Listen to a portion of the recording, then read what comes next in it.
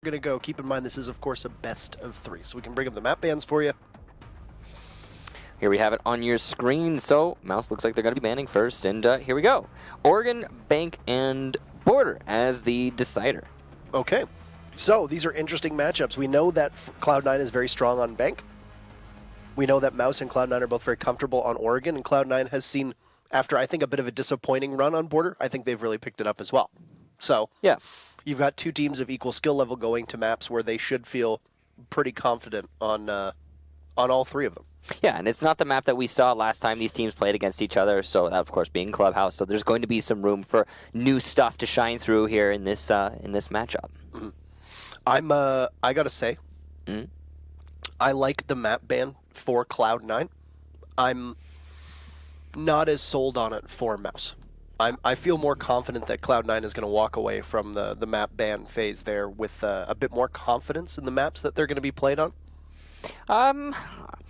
I got to be honest. I think that it's not really going to change too much. I mean, we're sure there's going to be a little bit of confidence, slanted towards. I agree with you, maybe a little bit towards Cloud9. But to be honest, the map pool in competitive Siege these days has gotten so small that it's really hard for teams not to have thoroughly practiced on all of the maps. So you have to actually put in effort to push certain maps to the back of your mind in order to not play them. And usually you only do that for 1 or 2 max, and there are a few teams that even will do that, and I don't think Mouse is one of them. So, as much as you're going to have preferences play in here, I do think that this should be a pretty even contest. Yeah, I mean, like I said, both these teams revolve so highly around the operator bans too.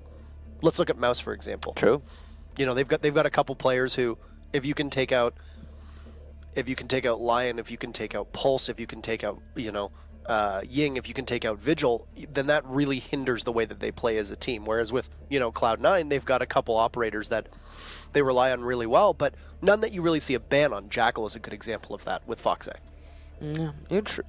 That's true. I think there are some really notable counter picks. Of course, you touched on the Vandal for Vigil specifically on Mouse. That could really hurt them a lot. We have seen him do some pretty amazing work, so maybe that's going to be something that Cloud9 will read into. On maps like Oregon, I don't think it's going to matter too much, but when you go over to Bank, as an example, that could be huge because the roamers are much more influential. And we have seen Mouse actually leaning pretty heavy into their roamers, and teams that can shut that down efficiently usually will have a better time when playing against them. We saw that heavily again on Clubhouse, roaming on the top floor, when defending the basement. And we've been seeing that be just the meta in general most recently. With the addition of operators like Clash 2, I mean, you can just kind of get a little bit more aggressive with your roam if you can coordinate it properly with your teammates. And I think these are both teams who really revolve around strong fragging plays. Very true. You look at Mouse, they've got Vertical and Hyper. You look at Cloud9, you've got Laxing and Mark, and to a certain extent Fox A helping out there. Both these teams, their anchor play really lives and dies based upon how well their roamers and their entry fraggers can do. Yeah, I think you're right. And because of that, usually when you'll see this sort of mentality from a team, it'll also these teams will lean pretty heavily into momentum-based plays, where if they're getting the ball rolling in their direction, then they'll be able to keep kicking it and make it go all the way for a win. But as soon as it starts getting bumpy, then it can trip them up. So there's potential for one of these teams to get a little bit ahead of themselves, should they maybe win map number 1, and then we'll see that third map come into play and the other team manage to pull it out in the end. We have seen that before from teams like this with the mentality of pivot around your fraggers. It's an interesting mentality for a team, and I think it's one of those ones that's actually starting to die off in the meta these days. A big part of competitive Siege in the now is allowing for each of your players to fill any role. You can have one support player play support dedicated, and then eventually the next day, then he starts fragging out. You need to have versatility, I think, and put a finger on one name in particular on roster and saying this is the fragger, that's a limitation. Yeah, absolutely. I mean, we've seen flexibility on both teams. I would like to see that C9 probably has a bit more flexibility and versatility, as you said, over Mouse. Yeah, I would agree with that. Mouse's roles tend to be, a bit more static. But yeah, when we head into a map like Oregon, between Cloud9 and mousesports as we just get things underway with our first map here.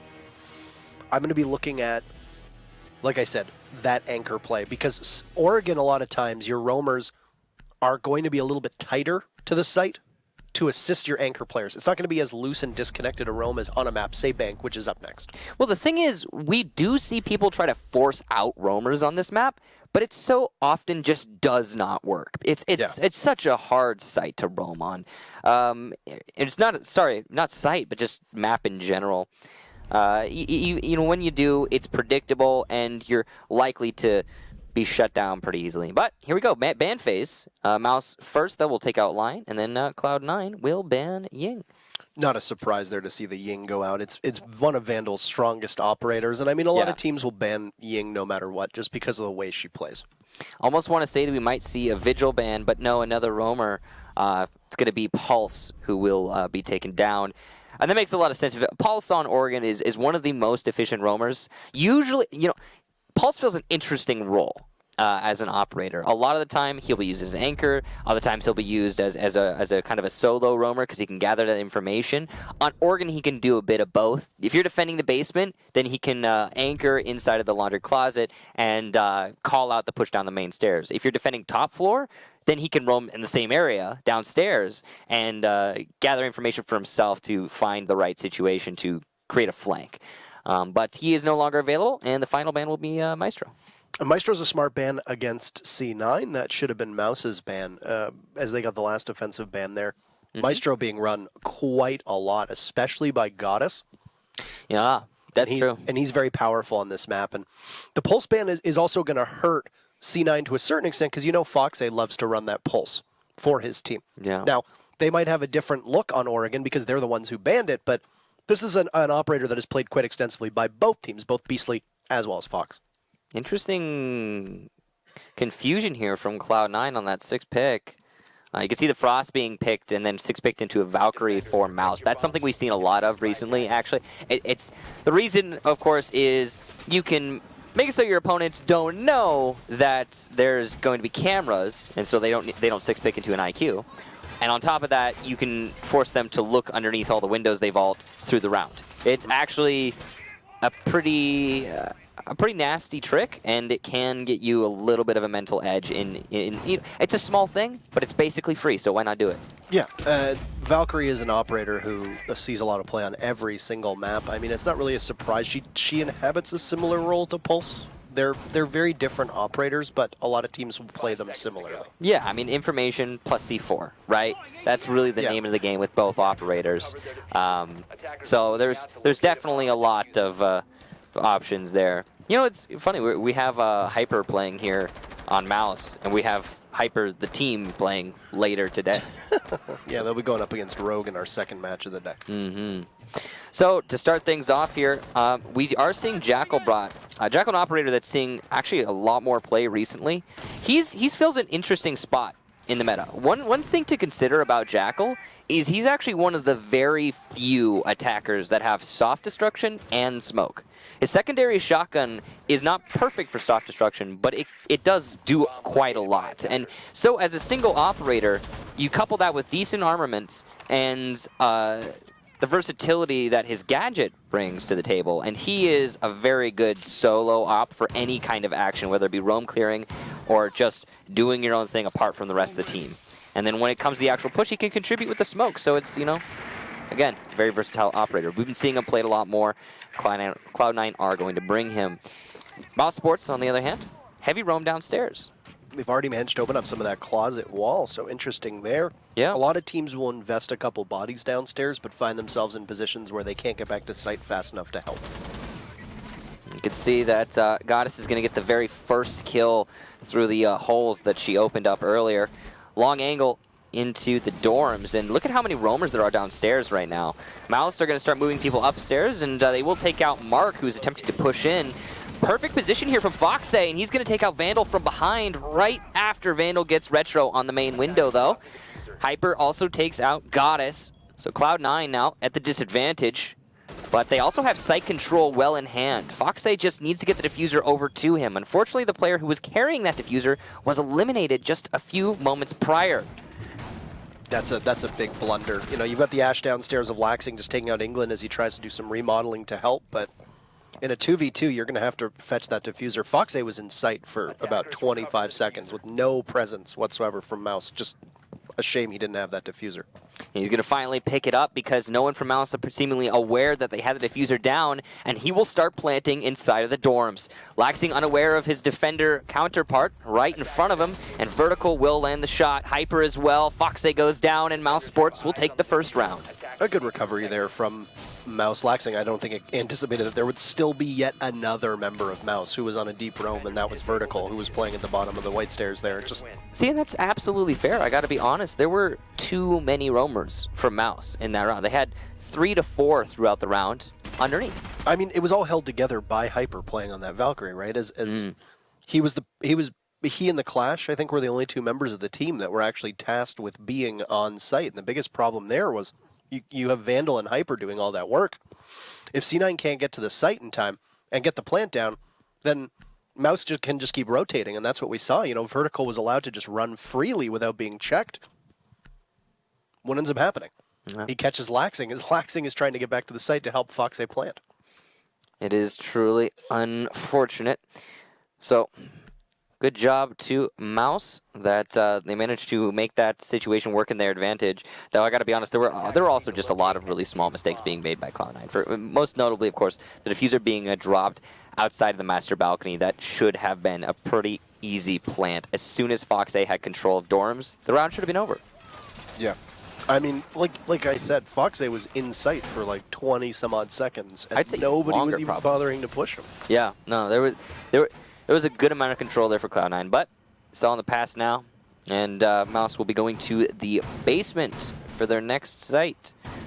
Dorms is locked. You're going to go downstairs to Laundry. This is probably going to favor the defenders to a certain extent, especially with Lion and Ying being taken off the board. Interestingly, that Mira was able to escape the ban phase because it was a Pulse and a Maestro who went down. We do see the Mira get banned quite a lot on Oregon, but we've also been seeing less Oregon play, or sorry, rather less Mira play on Oregon for some reason, even when not getting banned. I mean, there's a lot of teams that will say that because she's banned so consistently, that they don't always run strats around her because you expect a lot of times that you're going to be banned. They will have them. It's just I think that a lot of teams will perfect strats that don't involve her, and that's something that a couple teams have mentioned to me. And that's the thing as well. You know, when you start practicing outside of having a Mira, I think a lot of people are realizing that while Mira is a really versatile operator, she's also, well, okay, versatile is the wrong word. She's a very powerful operator, but she's the opposite of versatile. She's rigid, you know. And when you have a Mira window inside the closet, it's predictable that you would. And the one in the hallway as well, right there, and that just sets up a target, a known quantity for the attackers to try and counterplay. Once again, Foxay is just springing into action, putting a Claymore at the bottom of the laundry room stairs, and you see the Clash also playing inside a lobby. It's going to be or inside a meeting, just looking towards the door to lobby. It's going to be very important for Foxay to be able to get that because Capitau's a great counter. Yeah, Capitau, of course, with those asphyxiating bolts, will be able to kill the Clash with relative ease. Does do a little bit of damage there to Vandal, but not enough to actually secure the down or the kill. Lots of information here for Cloud9. They are droning out this meeting hall, pretty focused on clearing it. Second firebolt. No kill, but you can see a lot of damage done to Vertical. So he will actually fall back to the site. Right call for sure. At one point, there were 3 bodies from Mouse playing inside a meeting hall. You had Hyper, Vertical, and Vandal up there. Vertical will get down and reset because their time is on the side of Mouse. This saw a pretty good angle that was opened up here inside a pantry. That was a joint effort of both Mark and Goddess to be able to get some of that open. And now Foxay trying to take somebody out at sandbags on this rear stage. Knows that he's there, but can't get him. Yeah, some unfortunate misses there from Foxay. Hyper, really lucky in this situation to be able to still hold on to the meeting hall. Cloud9 are getting a little bit distracted here by taking this meeting hall. They've only got 45 seconds right now, and they need to make an actual push onto the site. Still have to deal with that mirror window. They don't have asphyxiating bolts, but Foxay will finally get Hyper as he, somewhat foolishly, tries to rotate into tower while prone. Well, you can see the use of Vandal's shield here just trying to slow up the attackers as much as possible, and he's done a really good job of it so far. 25 seconds of the round. That range is just grotesque on that as well. You saw how far away the Clash was to take that advantage. But Execute will have to come in the final 15 seconds. Beastly positioned by the open wall, but they will miss the diffuser going down. Cloud9 manages to walk right into the site, get diffuser down. England trying to master that control of the SMG-11, but cannot through the main hatch. It's 5v2 right now for Cloud9. Yeah, but Vertical will fight back, taking down Lax, and he's got to find at least a few more to help his teammate of Beastly as he attempts to rotate into the smaller closet. Beastly sees the angle, but cannot land enough shots to take out Foxay. Retro will finish off Vertical finally, and Foxay, holding the corner, will get the final kill. Cloud9 take their very first round. And I mean, you got to think that this kind of setup would definitely favor the defenders, especially with how much time Mouse took away from Cloud9 instead of the meeting hall. You know, they weren't able to walk away with a kill until they got Hyper in the final 50 seconds.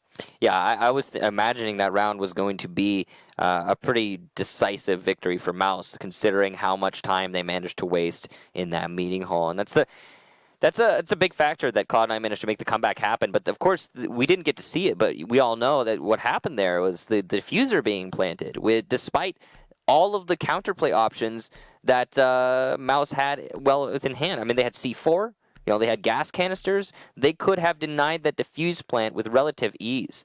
I mean, Echo's not even banned. I don't believe he was being played, but why not? You're talking about a basement defense here. So there's some oversights in that last round for Mouse that resulted in the loss of their first attempt at the basement. But of course, since they did lose it, they will get to go a second time downstairs, and they have brought a good assortment of tools again. One that I have to question is Vertical on the Ela, because the way that it's working in my mind here is you've got Maestro and Pulse as the defending bands. Why not bring an Echo? Where's the Echo? It's a basement defense on Organ. That's probably one of his best, use environments. So I get preference. I get the fragging power. I also get that they're trying to force Vertical to roam heavy, and he did do a decent amount of work while roaming in meeting hall last round. But maybe the wrong choice considering the result we just saw. Don't think about how viable an Echo would have been in that previous round. Exactly. C9 appeared to just walk down the main stairs and get a plant off. As the Capitao went through the execute for the team. The funny thing is, too, that Fox had used both of his firebolts to try and get the shield, the Clash, and was unsuccessful. He did do some damage to Vertical, but quite a lot of damage to Vertical, forced the reset, but no firebolts for the mirror window, and still, despite that, just walking down the stairs using his smokes and going for the defuse plant, it worked. And it seemed like they caught Mouse with their pants down, because Mouse, you could see it immediately scramble. It was Beastly that was playing on the mirror, just watching the hatch, and the diffuser gets planted, and there's an immediate pivot for Mouse. Well, one thing to note is Cloud9, after taking control of the meeting hall, they only had 30 seconds left, sure, but they were using those drops so well to distract mousesports' defense. Yes. Some damage done here from Retro onto Hyper. About half of the Jaeger's HP gone. Unfortunately not able to nab the kill, so Cloud9 has at least forced mousesports a little bit further back in the meeting hall, and that is worth talking about. Looks like it's going to be another main lobby take for Cloud9. They're just clearing out barbed wire, looking for the right opportunity.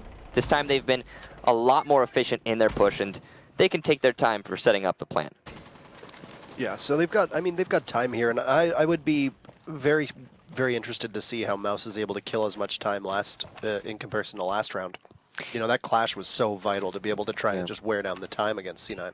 There could be a potential mark here, and then a spray through the breachable wall where Vandal is standing. Here it is, the mark and the teamwork from Cloud9. Vandal has been downed, but of course, it's going to need to be called out, and Laxing will go up the tower stairs. Foxay, elsewhere, did get a kill onto Hyper, so not securing him the first time, but the second time around, it managed to work. Vertical also yet again being lit up on his roam and forced back to the site and, I believe, reset. Yeah, so not quite as successful a job as being able to kill time this time around, as the only kill that's happening is on behalf of Cloud9 to take out the two members of Mouse. They'll smoke off the bottom of the stairs and now likely smoke off the mirror. There you go. And we'll see if Goddess can get this plant down without getting hit by a C4. Yeah. Might still be a C4 on the Bandit. They still have those gas canisters for England, and the gas canisters will start rolling out, as the smokes do as well. Well-placed smokes, but England's going to place his gas canisters as well. Goddess will be lit up on 25 HP, forced back, and finally finished off. Well done to England, denying the defuse plant with only 20 seconds. And now he's just going to need to hold onto the site without any gas canisters. You can see Foxay trying to cover. Oh, the C4 perfectly placed, and another defuse planter goes down. Foxay doesn't have time to pick up his teammate. And it's actually Zofia, so he will be able to pick himself up. England going for the rush as this clock hits 0, and oh no, and Ella Gershmat! And the defuse will be denied. Oh, mousesports take the round. Vertical, the unsung hero. I was very skeptical as to whether or not they would have the bandit rotate to try to get the C4 off. It did come, but it was only after England was able to use all 3 of those toxic gas canisters. So, I mean, it did end up working out in the end. Vertical did almost nothing in that round. Except. And then. Yeah, and then almost, saves the round entirely by himself. Throws Guzmat in the right location at the right time on 0-0-0, and you can't plant the diffuser anymore. So good job to Vertical. You could see him justifying that Ella pick single-handedly.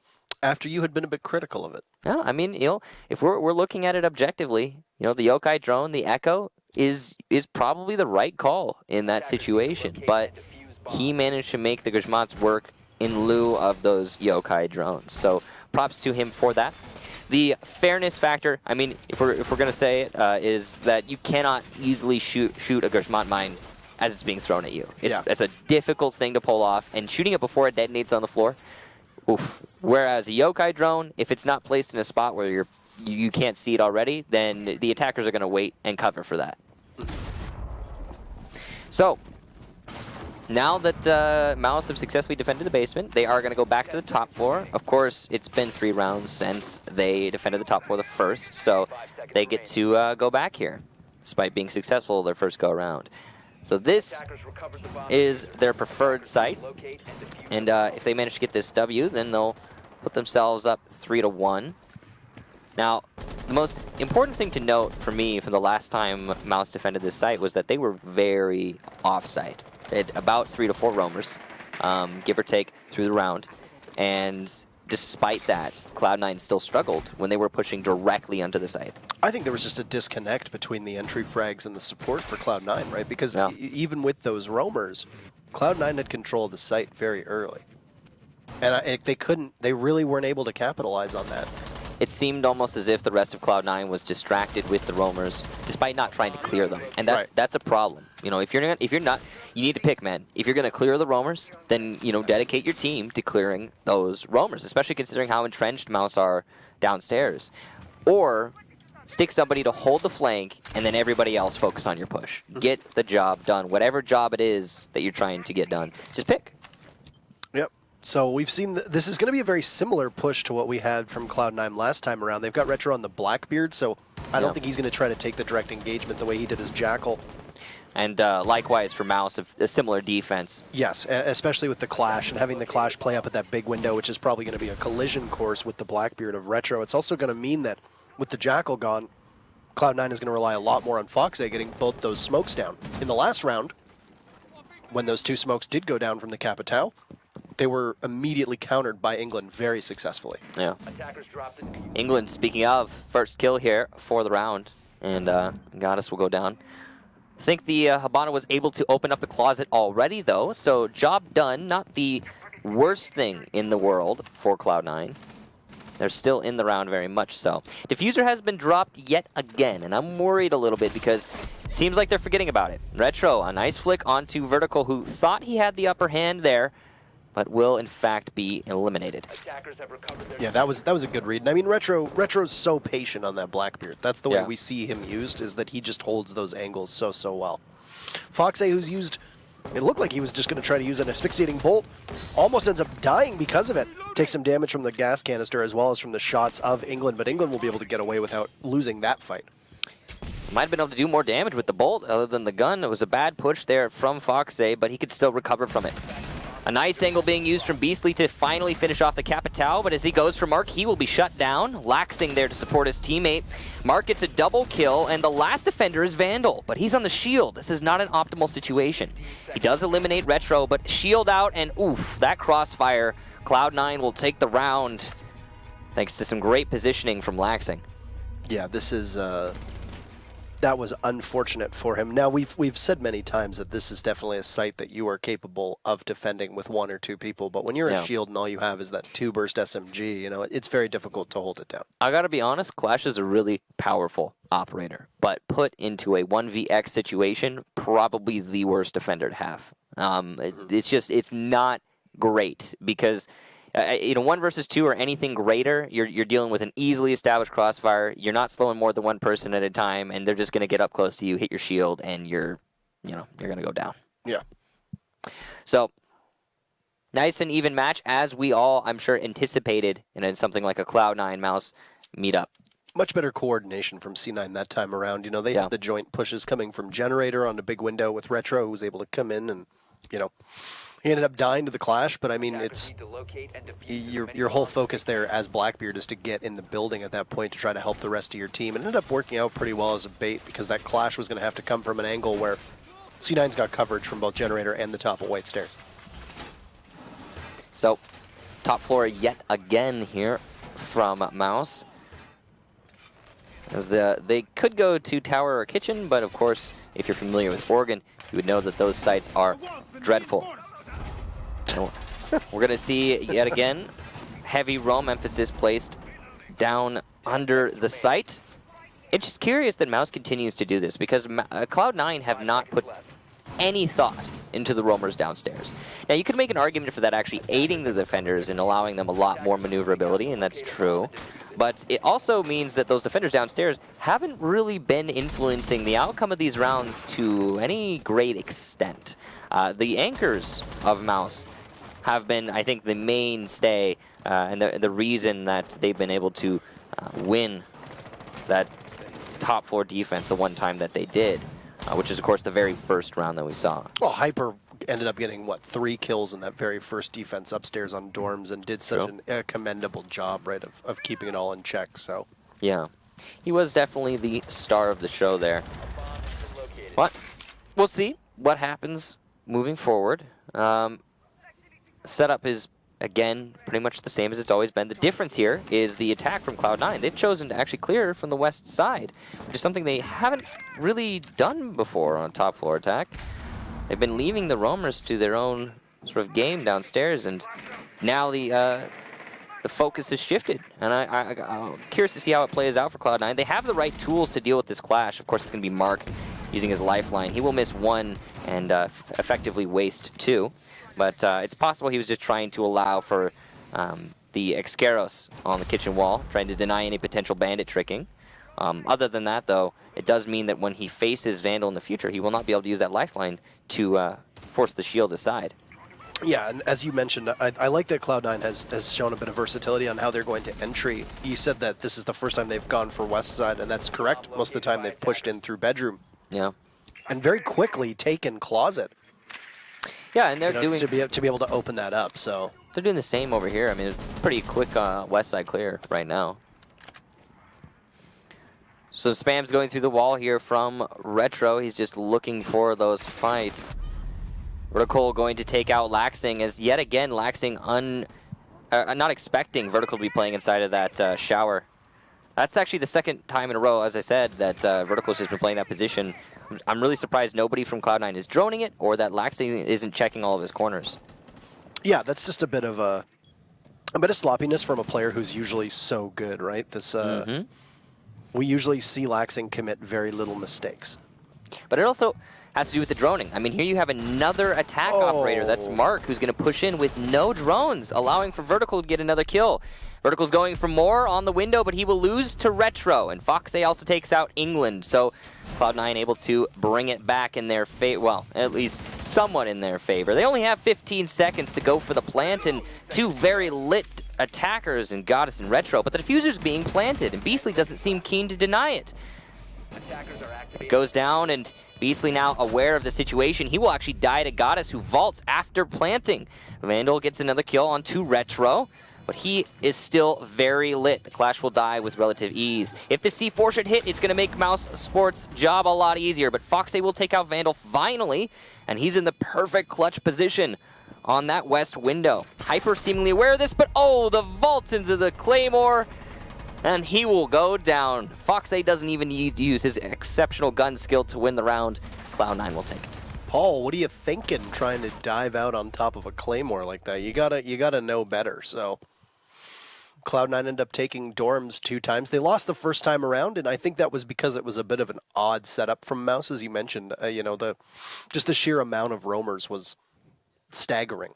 And then, having the hold down of Hyper by Armory and by Master, I think that was, pretty important. So, hey, and then Laundry Room was also an interesting bag, and we'll head to the second half with C9 up 3-2, and they'll go to defense. Now, this is going to be the real test to me for Mouse, is because, so much of the way that Cloud9 plays revolves around that roam game, as we will say so many times, and Mouse's entry fraggers on Vertical, Hyper, and somewhat Vandal are usually so good at being able to find people.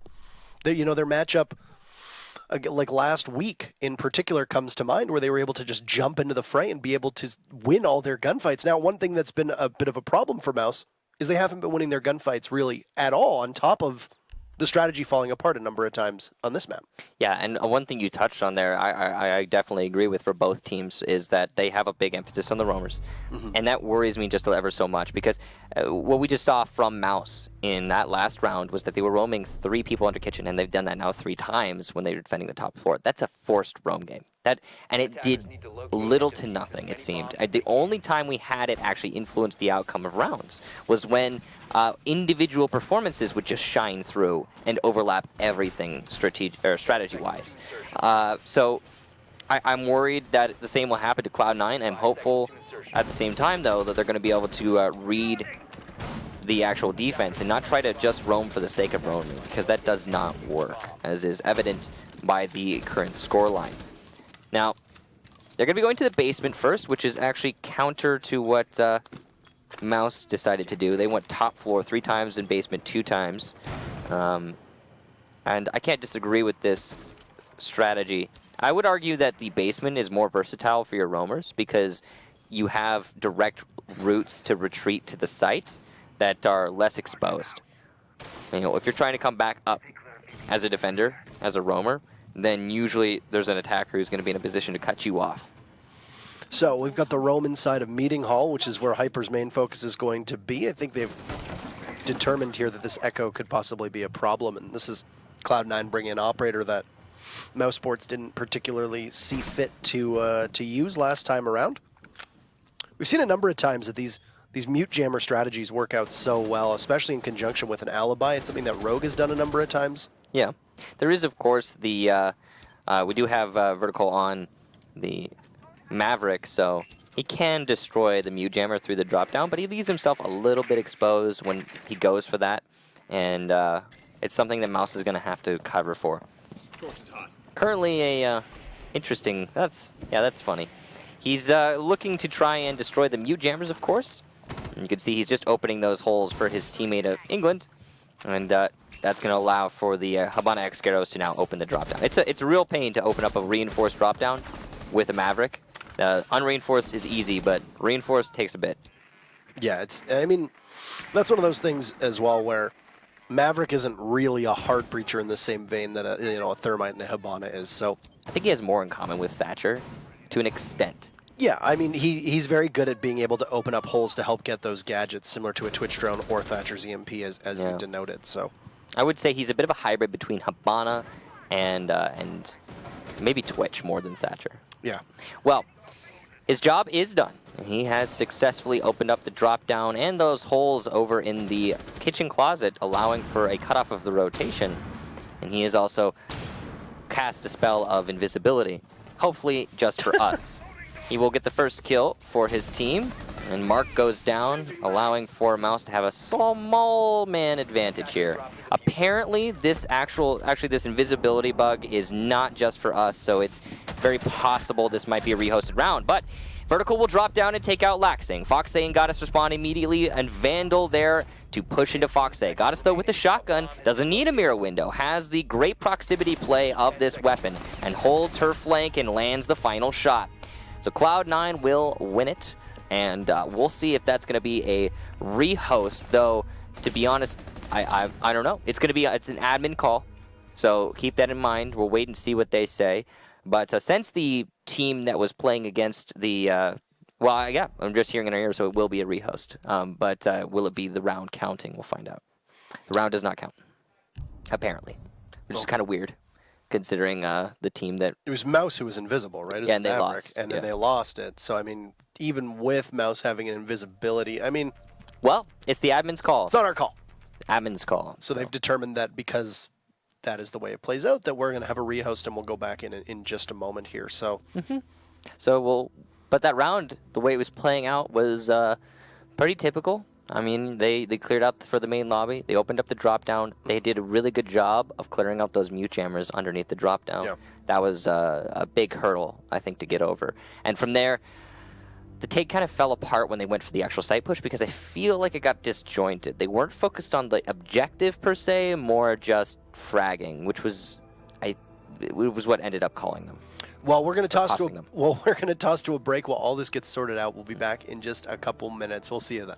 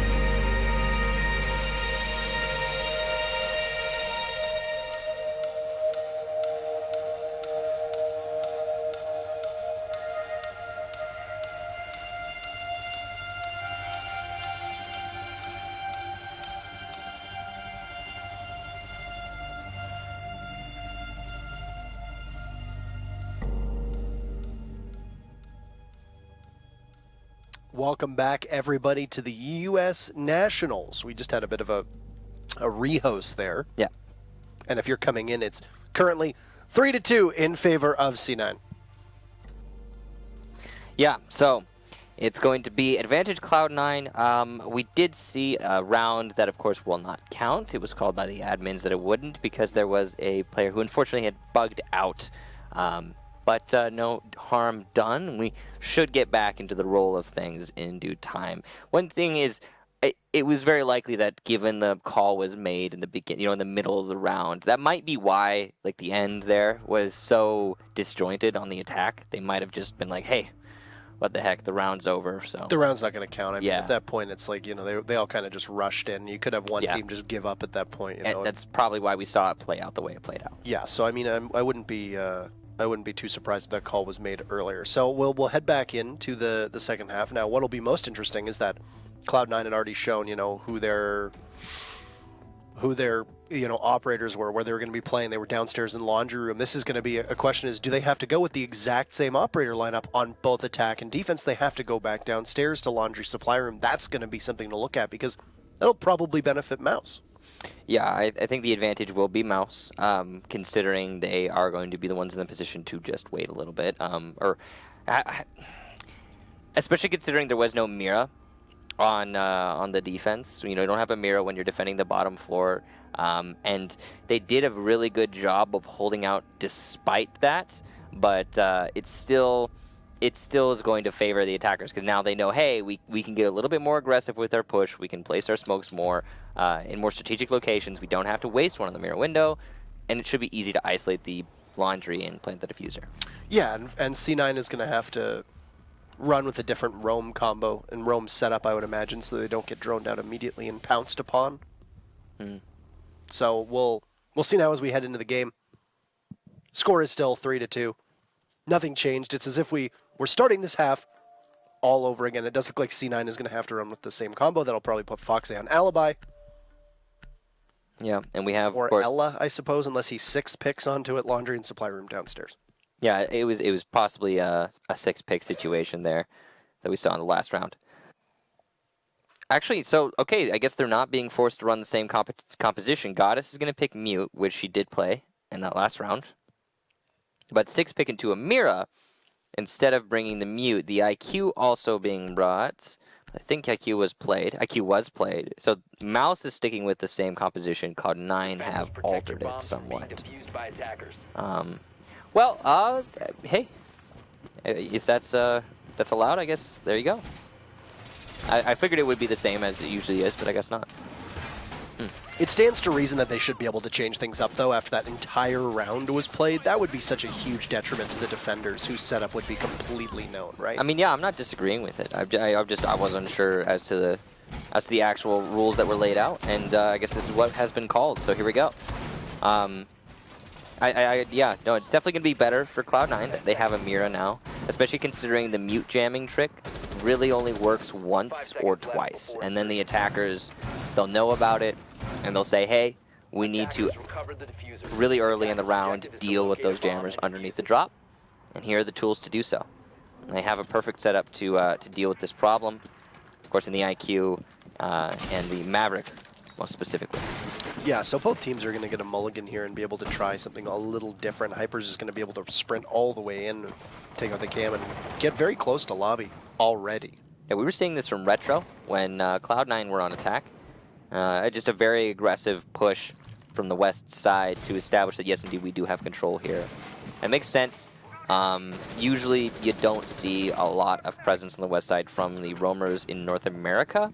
You'll see from other regions like Latin America, a little bit more presence over there, but less so. And if you do see it, it's almost always a very passive roam that will fall back immediately through this hole. In fact, through the wall that's being opened up right now by Vertical. Yeah, and that means that Mark can't play as freely inside a meeting hall, and it'll mean that a rotate as well, leading up those attic stairs, is essentially gone from C9. They'll be too vulnerable if somebody from Mouse is stuck on that angle, just hard holding it. I like the way that Hyper is playing in the kitchen closet. He was playing on top of the little box there, trying to use the holes that were open to cut off rotation.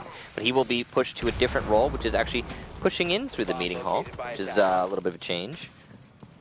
Just trying to clear out the barbed wire right now, but eventually, of course, he is going to be peeking onto the sandbags and the stage. Very dangerous play.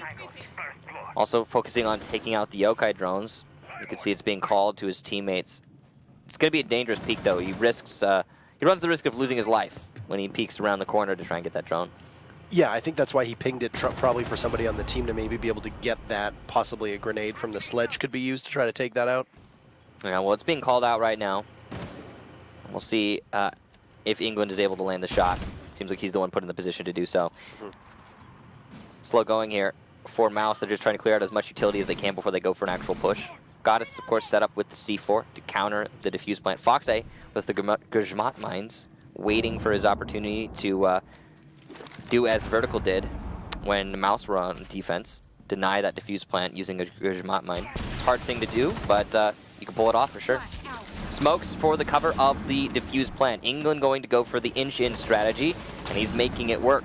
Beastly will get a kill on the Goddess as she attempts to C4, and the defuse plant goes down. England loses a lot of HP as a result, but it's too late for really matter. Mouse now in the driver's seat. Hyper get Foxay as he attempts to push. Retro will refrag onto Beastly. But look at that, 2 players on Cloud9 still very lit up in this situation. It's not boding well. Pushing from Meeting Hall though, Mark, that is a great angle to play, and he will take out Hyper. You can see on the stairs, Laxing trying to do some damage to England. He will in fact down England, and Retro will secure the final kill. Vertical now the last attacker, and he will be finished off by Mark. What an excellent retake from Cloud9, and a lot of that in part due to Mark's push through the Meeting Hall because it was not properly isolated by mousesports. Yeah, overall, really well done from Cloud9 there, and just the Maverick could not be able to get back. He was, interestingly enough, as Cloud9 was disabling that diffuser, Vertical was as invisible that round as he was the previous round. Wow. That's... At least to stop the diffuse. It's a low blow. Vertical was doing his job perfectly well. He just wasn't there to stop the play down, especially when a 3v1 that's... No, but you're right. That's really difficult for him to be able to walk away from. He missed his first couple shots on Mark playing inside a Meeting Hall, and that falls directly on the shoulders of the rest of his team to not be able to clear out Meeting Hall. Yeah. I mean, he missed all of his shots onto Mark. You know, Mark was on 1 bullet's worth of HP. He would have died to anything. And that's what I said earlier on, is that there's been a pretty, a pretty glaring hole that Mouse has been trying to dig themselves out of, which is that they cannot hit those shots. Yeah, they've been struggling. They're losing their gunfights 1v1 in so many instances. I don't know what it is, but I mean, it doesn't help when you've got a frag-heavy team such as Mouse who relies so much, usually on a couple players, to pull the weight for the rest of the team. You got Cloud9 who've also got very good shots. You need to be able to hit those shots in order to keep pace with your opponents. Now, Cloud9, unfortunately for them, they were not given the round previously when there was the right before the rehost, but they'll get it back anyway. Yeah, I think rightfully so. That was a solid defense. They did not manage to deny the defuse plant, but they did a really good job of retaking post plant. So props to them for that. Again, a lot of it for me was Mark in Meeting Hall, and that all comes down to what you talked about, which is mousesports not isolating nor clearing that Meeting Hall properly. Steps to the process, and they were just skipped, unfortunately, for Mouse. Now they're going to go to a top floor attack. This is their very first time attempting this, as it is also Cloud9's first time attempting to hold it. So there is room for a potential comeback. I say comeback. Cloud9 are only up 2 rounds right now, but it's pretty substantial actually in Rainbow Six. You know, it's odd to think about, but in some other, games such as this, I mean, the round count, you can win 2-3 and have the same impact as 1 where we have here. Yeah, I think that this is still anybody's game. Goddess is going to take an engagement, look for a second, but be outdueled. That's a good one for Mouse to start things off, and really, I mean, you take that engagement as Ella because you know you can almost always win it with the Scorpion at such close range, but it's a big gamble. And then when you don't. And when you don't, I mean, you find yourself in a position where you could have essentially traded an Ella for what would be the sole main hard breacher in Hibana, though there is a Maverick on the board for Mouse. That would have been a pretty worthwhile trade, but Goddess wasn't able to land enough shots to get the kill. I feel compelled to come back to the Echo conversation, because guess who's not banned? Echo. We saw an Echo last round, to be fair. Yeah, and he wasn't very useful if he was there. And Hyper's going to take out another Cloud9 defender. That's Fox that goes down. So it's looking worse and worse for the Cloud9 defense. They're playing a very open strategy here, and it just hasn't been working out great for them. In fact, it's going to continue to not work out great for them as Retro eats some bullets, trying to peek into the closet. And here comes the push from Mouse. And I don't think they understand exactly how to deal with that. Soft wall. Laxing gets one traded off by Vertical, so both teams will lose a body. But in a 2v4 here, we know they can see that the plan is going down, and Retro will have to push up. Can he do the work himself? Oh, he won't get it in time. Vertical gets 1, but 2 from C9. A 1v2, and Mark will need to clutch. As he goes for the angle play, mousesports playing as aggressively as possible. You can see Vertical is on very low HP, so they do not want to risk this at all. Vandal, as a result, playing very safe. They're going to hear this push into the main hallway, and they will adjust their barrels accordingly. But it's a fake out from Mark. He knows he doesn't have a whole lot of time, so he's just baiting for information. And Vertical will get the final kill as he pushes into the hallway. Great job to Mouse in that post plant, but more importantly, prior in the round, when pushing the site, Cloud9 playing just too aggressively. You know, way too aggressively, and past that, not only are they just trying to peek everything, but also on top of that, they've left a lot of the default angles, a lot of these walls that you would typically reinforce open. And they've opened them themselves as defenders. And that is a viable strategy. Something that I think people mistake Siege for is, defenders set up their little castle and they try to hold it as best they can, and the attackers try to pick it apart piece by piece. But that's not necessarily how it has to play out. The defenders can't just open everything up and make it a fluid, open playing field for both teams. And they can make that work. But it also is a risk. It's something that you lose layers on your defense. And when you're playing so aggressively and losing those aggressive fights, it's just not going to bode well for you. No, and I mean, we saw the way that Mouse was struggling to try to get through that closet wall. It was totally opened up. They had to use some X-Kairos on it to try to get through it because they didn't have a buck, they didn't have a sledge, they didn't have a Zofia. But I'd suspect at that point you're better off using those explosive grenades from her lifeline. Maybe somewhere else. You don't really need it to get that wall open. So it ended up hanging them up for about 15 to 20 seconds and had to go to some destruction with their rifles rather than their gadgets. Yeah, but they made it work. They got in to the site, allowing for the defuse plant. 10 seconds now, to go. Cloud9 going to actually choose to, instead of defending the top floor again, this is interesting, go to kitchen. Clearly, they have a lot of confidence in their kitchen setup. They've also brought a yokai, the Echo, and Goddess is still going to be playing on the Mira. So you've got a lot of good utility to counter a potential plant behind the default wall. So there's basically one place you plant on this site. One place the attackers will go, and that is behind this indestructible wall, nice in the safe corner. Now the reason the wall next to it has been opened up by the defenders is because if you take a look down over by where Laxing is playing, Laxing's position is the linchpin. That's why he's using the shotgun. He needs to stay alive in lockers as long as possible, because from here, he is the one who can deny the defuse plant when it eventually does start to happen behind that indestructible wall. So it's very important that Laxing does not die here, and that's why there's so much utility being placed in the closet, or in the in the lockers room. You got that shield, barbed wire, plenty of ADSs. And it's going to be a decent setup, I think, from Cloud9, though this strategy has so many flaws in it.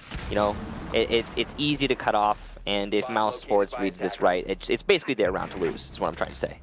I mean, Beastie's going to start things off, finding Foxy, the Echo. That is a pretty damning first casualty for Cloud9 to lose that plant denial operator.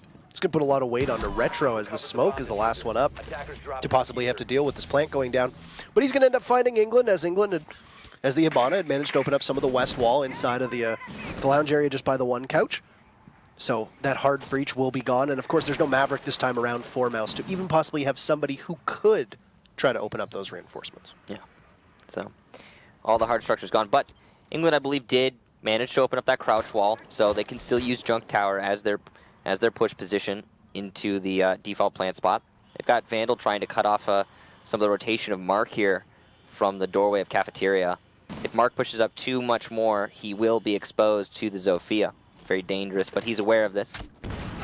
Gurjmat from the lifeline going to disrupt him, and Hyper will actually get the kill because of that. Bad use of the shotgun there from Laxing. Vertical will expect that rotation. Here comes the smoke and the plant, the firebolts as well. A well-coordinated push right now from Mouse. The push into the hallway, though, from Retro will get Hyper before the round is all over. Vandal and Beastly, the final 2 kills. Mouse play that perfectly. It was really good coverage by Mouse just to be able to do that. Like you said, they covered it perfectly. They had all their, they had all the lines of sight that they really needed in order to make sure that C9 was boxed into that kitchen and they couldn't push out. As much as I got to say that setup from Cloud9 was actually really pretty great. And I got to say props to them for that. You don't often see, so well thought out setups on off-sites. It is also an off-site. And the most important thing is that you're putting yourself at a decided disadvantage when you're going to a bomb site like that, no matter what. Yeah. And I said it at the beginning of the round, and I'll say it again. That was Mouse's round to lose because they were attacking the offsite, and they just didn't do anything abundantly, bad, and because of that, they won. It's that simple. You play it a standard attack onto that site, which is exactly what they did, and you will win 9 times out of 10. And these are the sorts of things that have been proven over a long period of time. It's the same thing as old Clubhouse before the rework. You don't roam on basement defense. People have tried and failed many times, but it's just one of those things. So, Cloud9 now going back to the basement. And this is their second time defending the basement. The first time was, of course, the only round that Cloud9 have successfully held anything on this map so far. They were up 4-2 after winning that basement defense, but they have since lost 2 rounds in a row to trying to defend the top floor in the kitchen. And now we're nice and even here at 4-4. Again, this is very much what we were all expecting in a Mouse versus Cloud9 matchup. Especially with how it's been going the last little while between these two teams. It's not really much of a surprise here now. Just to touch on Kitchen for a second. Cloud9 is a team that likes to go with the less conventional sites from time to time. I mean, look at, you mentioned Clubhouse, how you don't roam on basement. Well, you used to not. Well, you can now, but I mean, to bring up Clubhouse, you also don't usually play bar stock, but Cloud9 does, repeatedly, over and over and over again. Yeah. So because they do that, I mean, it doesn't really surprise me to see different sites trying to... I'm a bit surprised it was Kitchen. I would have suspected maybe a tower between Cloud9 and Mouse, but, I mean, here you have it. Yeah, I mean, we've seen both Tower and Kitchen used as offsites on Oregon, and they have their merits. Neither is a great site, though, if we're being honest. So, the drop down not opened up, possibly due to an impact, I want to say? Yes, it was an impact from Foxay, I believe, running up the main stairs, it looked like. And he will get 1 set of X-Caros, so good job to Foxay pulling that off. But the drop down, of course, will be opened up eventually. It just means that England now has 1 less set of X-Caros charges, and thus 1 less thing he can open up. This is a collision. It almost looked like there was going to be a collision course here between Hyper and the clash of Laxing, but no, he's just going to... Laxing's just going to continue to exist inside of that meeting hall and not be able to really get much with it. But a big focal point here is on Kitchen. I think that site could have very easily gone in favor of Cloud9 had of the Echo survived. Foxay was first casualty for Cloud9 in that round. He's still hanging around here. He says the smoke this time. Retro is the one on the Echo. Yeah. Having those 2 Yokai drones up, so critical. And even though Hyper does appear to be on Yokai drone duty, they haven't really been able to get any success out of it. But Mouse flirting with going for a plant at the bottom of the stairs. It did appear that England was possibly going to go for a plant, but they'll bait out the smoke. About 50 seconds left. So decent timing for Mouse as they'll lose Vandal.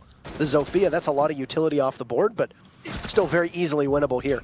Mark will peek a little bit too aggressively, and Vertical will be able to take him out. Now you see at the bottom of the main stairs, there goes the plant. England on the bottom of the stairs, but he'll get hit with the Toxic Babe. Breathing in too much gas, England will have to fall off, and the Yokai still remain. So this is a last second here for Cloud9 to be able to steal this one. Hyper, unfortunately, not able to deny those Yokai drones. Retro will take down Vertical as he comes off of his drones, and Mouse so little on HP, so low on HP and so low on time, but Hyper's managed to find his way behind the defense, and he will take out Goddess and Foxay with a beautiful pre-fire, leaving just 2 defenders left in play. As he goes for a defused plant, though, whoa, the clash right in front of him, but he makes it work! What is happening, Hyper? Does Retro have any drones? Yes, he does, but somehow it drops, and it goes back up. The clutch from the Echo, and a denied clutch from Hyper despite all of his beautiful plays in the last 20 seconds of that round. It looked like both the Yokais were up as well, which is so funny because of how much time Hyper spent trying to hunt them. That's what I was trying to touch on before all the action started happening there. Hyper, first of all, when you're rewatching this, Hyper, fantastic attempt at a clutch there. That was the definition of a nice try, but you really slumped on the Yokai drone hunting duty. There was some serious work that needed to be done there. There was one that was very exposed for a decent chunk of time, and we potentially could have seen that been a little bit more of a focus, not necessarily just for Hyper, but maybe the rest of the team as well. But still, just did not happen, and could have, of course, in retrospect, changed the outcome of the round. And I mean, that's the type of thing that I think Cloud9 was gambling on for Kitchen as well when they were defending in there was, you've got the yokai for the last second plant denial. Unless you're very, very good at being able to play around that corner, it's kind of easy when you're playing on Kitchen to get the plant down because you're so heavily fortified with that unpenetrable wall right beside you as you're going for the plant. That's what makes Evil Eyes and Yokai drones so effective because they can go around that corner. I mean, you can arc a C4, you can throw a Toxic Babe if you're playing out of the kitchen. In particular, likely playing on a mirror window. 5 seconds to go. But we just saw a great example of how Yokai drones staying alive and having Echo be the last man up is so crucial for a team. And those Yokai drones were safe from just the immediate peak from Hyper. That's why he wasn't shooting the drone. It wasn't because, oh, hey, he's not shooting the drone. It was because, he couldn't. But, ultimately, again, that is something that needs to be taken into account for Mouse. They need to place that focus on the drone because while you can't conveniently shoot it from the bottom of the stairs, there is a way to deal with the drone, and it needs to be dealt with. So, moving on. mousesports now, the ones who are looking to bring this to overtime. I found myself just now wanting to say a tie, a draw. But no, we actually, I believe, have overtime, if I'm not mistaken. We don't have draws. There's no draws, guys. So, they need one more round to bring it to overtime. Otherwise, Cloud9 are going to get the victory here. If they could just successfully hold this master push that's happening from Mouse. Bank is, of course, our second map. That is Cloud9's pick. So if Cloud9 walks away with Oregon over Mouse, it doesn't obviously bode well for our mice friends here, as this is, of course, the map they're gambling on winning. I mean, they obviously want to win all of them, but losing your map, not exactly the best thing. Also, to go back to the Paris Major, the last time that we saw a best-of-3 series get played over quite a long period of time, the team that won the first map would almost always win the series as well, all but one time. So it'd be very difficult for Mouse to be able to buck that trend. Yeah, it does seem to be kind of set in stone lately. We have been seeing some transitions in the meta, though, and with that, trends tend to change, but I don't know if it's been enough. Well, here comes the push in through the master closet. As you can see, Vertical just peeking wide, looking for some fights, but Cloud9 playing very passively. Goddess has been lit up at the top of the white stairs and likely still has the C4, but as soon as she peeks, she will go down with relative ease. Also has a Black Mirror still in her pocket, but going to choose not to use it. Seems like she's going downstairs to try and deny this push from below. This actually might work out great for Goddess if she times it right, but here comes the smokes from a Mouse and the push as well. BC takes out Mark. The C4 will miss from below. See another downed defender upstairs. That's Retro, and he's finished off by England. Vertical has been downed as he attempted to push in to Generator. And from the top of white stairs, Hyper will eliminate Goddess. Great positioning here from Mouse, and Cloud9 have lost control of their sight. Laxing and Foxay both going to have to retake from below. Foxay missing his shots, unfortunately, just a few feet away from getting a kill there. Hyper gets Laxing, leaving Foxay in the 1 versus 5 in the post-plant scenario. This is not an easily winnable situation, and he will eat some bullets from above before trying to push his way to the main lobby stairs. He's definitely hurt here, and he will miss the flick onto the Habana, but eventually finish off England before Vandal is able to shut him down. Mouse will push us to overtime. Of course, these teams need overtime. Of course, Cloud9 needs overtime, really, more than anything. They are very much an overtime kind of team, taking their sweet time in order to close out these matches. And now we'll see where the coin flip will land as to whether or not we'll have Cloud9 defending twice or we'll have Mouse defending twice. That'll be something interesting to watch. Now, I mean, so far we're looking at Mouse and Cloud9. 4 of the 10 rounds have gone in favor of the defense. That's 6 for the attackers. So it's kind of a wash here as to who's doing better, because there were a number of times on both attack and defense that I think that we can say quite confidently it could have gone either way. Yeah, I'm not looking at this and thinking to myself that, hey, if one team gets defense or attack when they go on to overtime are going to struggle more or less. It's not really going to change the outcome too much, in my opinion. I'm more thinking that it's just yeah, it's going to come down to the back and forth flow that we've been seeing, and whoever just happens to be in the driver's seat, because it's been them both swapping a lot on this road trip, and it seems like that's going to be the continued trend for all of the maps we see. So continuing with the road trip line of thinking, we'll see which team will be able to cruise to that victory here on the first map before we head to bank. I mean, yeah. I've liked what we've seen from. I've honestly liked what we've seen from both teams so far. Both teams have made a litany of mistakes. We've seen disjointed roams. We've seen the inability for teams to be able to entry correctly and in coordination with one another. You know, you've seen Cloud9 in particular a number of times that I recall they would end up trying to defend where one would rush in and then die, and then the next would rush in the same spot and die, and Mouse is just there to be able to greet them, and I think that's been Mouse doing it quite well, especially Hyper, who's been having a really good game, not just statistically, but also getting very valuable frags. Attackers are moving out to locate a bomb and defuse. No, I mean, there's been a lot of standout performances, yes, like Hyper. Nice try on the clutch as well from Hyper when attacking the basement previously. You know, if that had been a successful clutch, we would now see this be a Mouse map in the first one. So, did not happen, but it could have. Hyper yet again, very aggressive push through the west side, already cutting off rotation from the meeting hall in the main lobby. Usually you see this done from the front door, but not so here. This is interesting, a spawn peek of sorts, I don't know if you could really call it that, from Laxing as he's playing at the top of tower. Here's the nade and will back away. That was a nicely lobbed nade from Vandal, but it did end up missing the mark. Yeah, and then speaking of missing the mark, he'll miss it with his drone as well. A bit of a rough stretch there for him. Yeah, some wasted utility and some wasted time.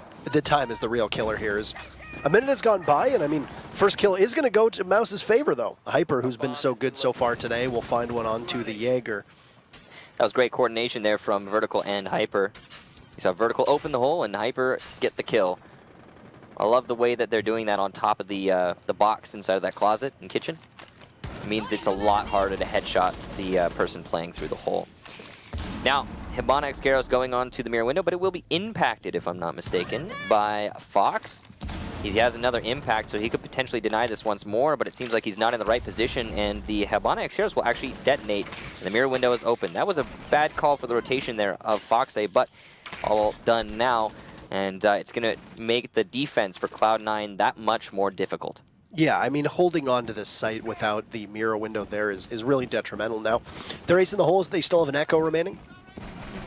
We just saw them on this site with the Echo, being able to do great amounts of work. But England is hidden amidst the shroud of smoke, and will get the defuse down very successfully. It's a big miscue from Cloud9. Yeah, the Yokai drone being placed too passively, but Cloud9 has done this retake once before, and they're going to try for it once more.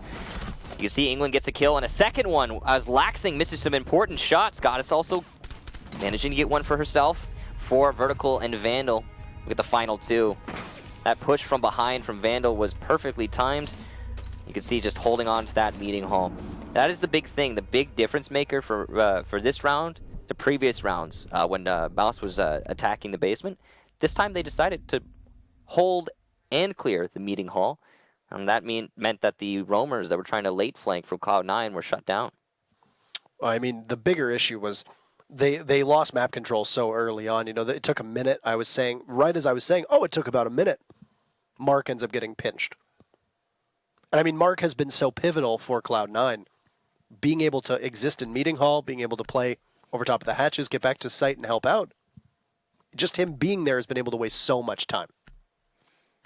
Yeah, absolutely agree. And, I mean, I think the lack of emphasis placed on that meeting hall for Cloud9 actually really came back to bite them.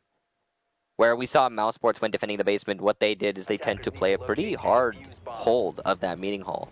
And if Cloud9 wanted to clear it out, they really had to put a lot of work in to do that.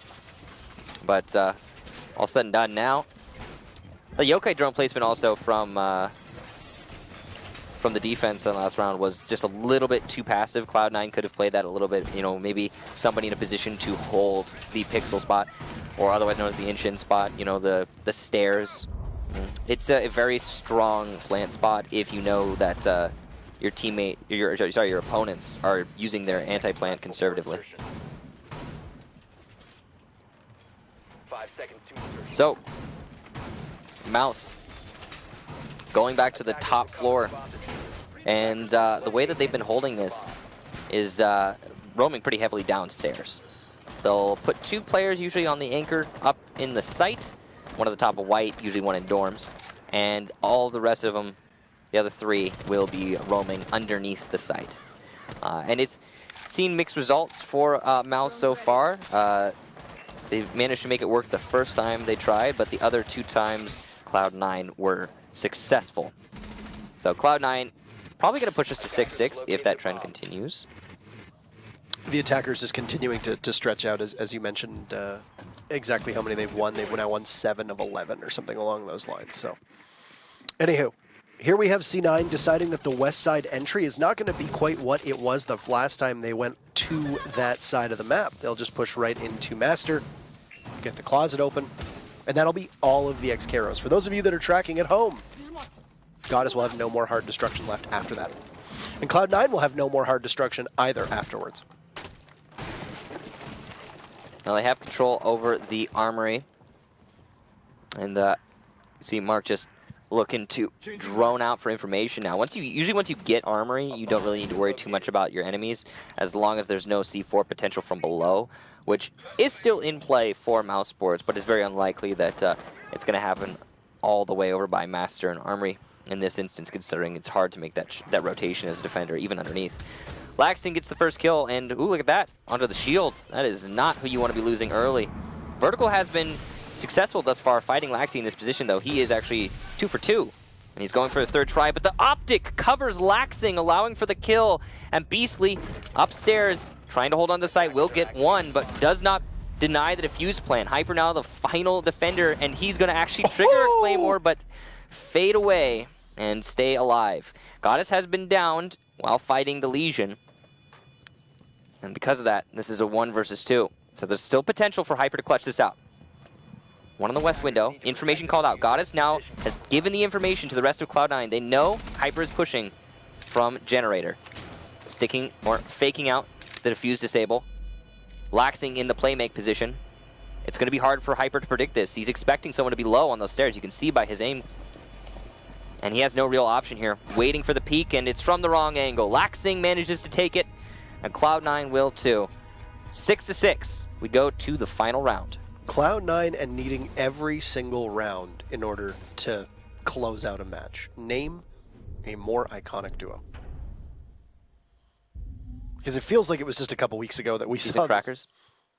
Cheese and crackers are a pretty good duo. Yeah. Peanut butter and jelly. Throw some grapes in there with some wine. You want to get like a charcuterie board going? Yeah. Okay, I'm down for that. Yeah. I'm down for a nice charcuterie. But I mean, Cloud9 is really, they're really taking their time in order to close this one out. And I mean, it's good staying power to be able to bounce back. But C9, they lost their defense downstairs on Laundry Room. They're going to go back to Laundry Room. Now, both times that they went up to the dorms when they were on defense, they lost. So this stands to reason that they would go to Laundry because it was where they won the 2 times previously. Yeah. Cloud9 have been doing pretty well on this basement hold. Of course, they did lose it in overtime. That was actually, I think, their first loss in this basement hold. But other than that, they've had pretty decent success here. So definitely the right call for them. They have all the right tools for this hold. They brought a castle, which is kind of interesting. I'm going to go ahead and assume that they'll use the castle to try and reinforce the meeting hall entrance to make it easier to hold on to meeting hall extended in the round. Though that is a bit of a risk because it also nullifies meeting hall as you know, an asset, right? If you can't rotate out of meeting hall, then how are you supposed to affect the push in the main lobby? So of course you need an impact, or you need to prep that meeting hall castle in order for this to be a solid strategy from Cloud9. That is something you have to rely on as a defense, and it makes the strategy just a little bit more fragile. Something to consider. The rest of the setup here from Cloud9, though, very standard. You can see the full reinforcement of the meeting hall walls. They do not want to feel pressure at all from these attackers, and it looks like they're, speaking of attackers, they are going to be keen to open up the castle barricade maybe early on. Possibly the meeting hall walls using the X-Caros. And Mouse have been pretty good at trying to clear out that meeting hall before they even start a site push. Now, whether they've been successful or not is beside the point. They always seem to focus on it. This has happened almost every single time from Mouse's perspective by being able to open up that one tiny hole inside of the pantry there and basically try to dare Mark to do anything about it. Mark was killed early on. He's being a bit more passive this time around, and I think that's going to add to his longevity. As you can see, we're about 20 seconds past where Mark had died previously. Yeah. So staying alive in this round definitely going to help out a lot. It just seems like he's decided to be a little bit more passive. That was a big blunder from England. Now, granted, the peak from Foxay was obviously something that usually would not happen onto the drop-down, but you have to expect the unexpected, and that's going to put Mouse in a bit of a corner here. Losing their hard destructor means no more open mirror window. Means, one man down, just in general, not ideal.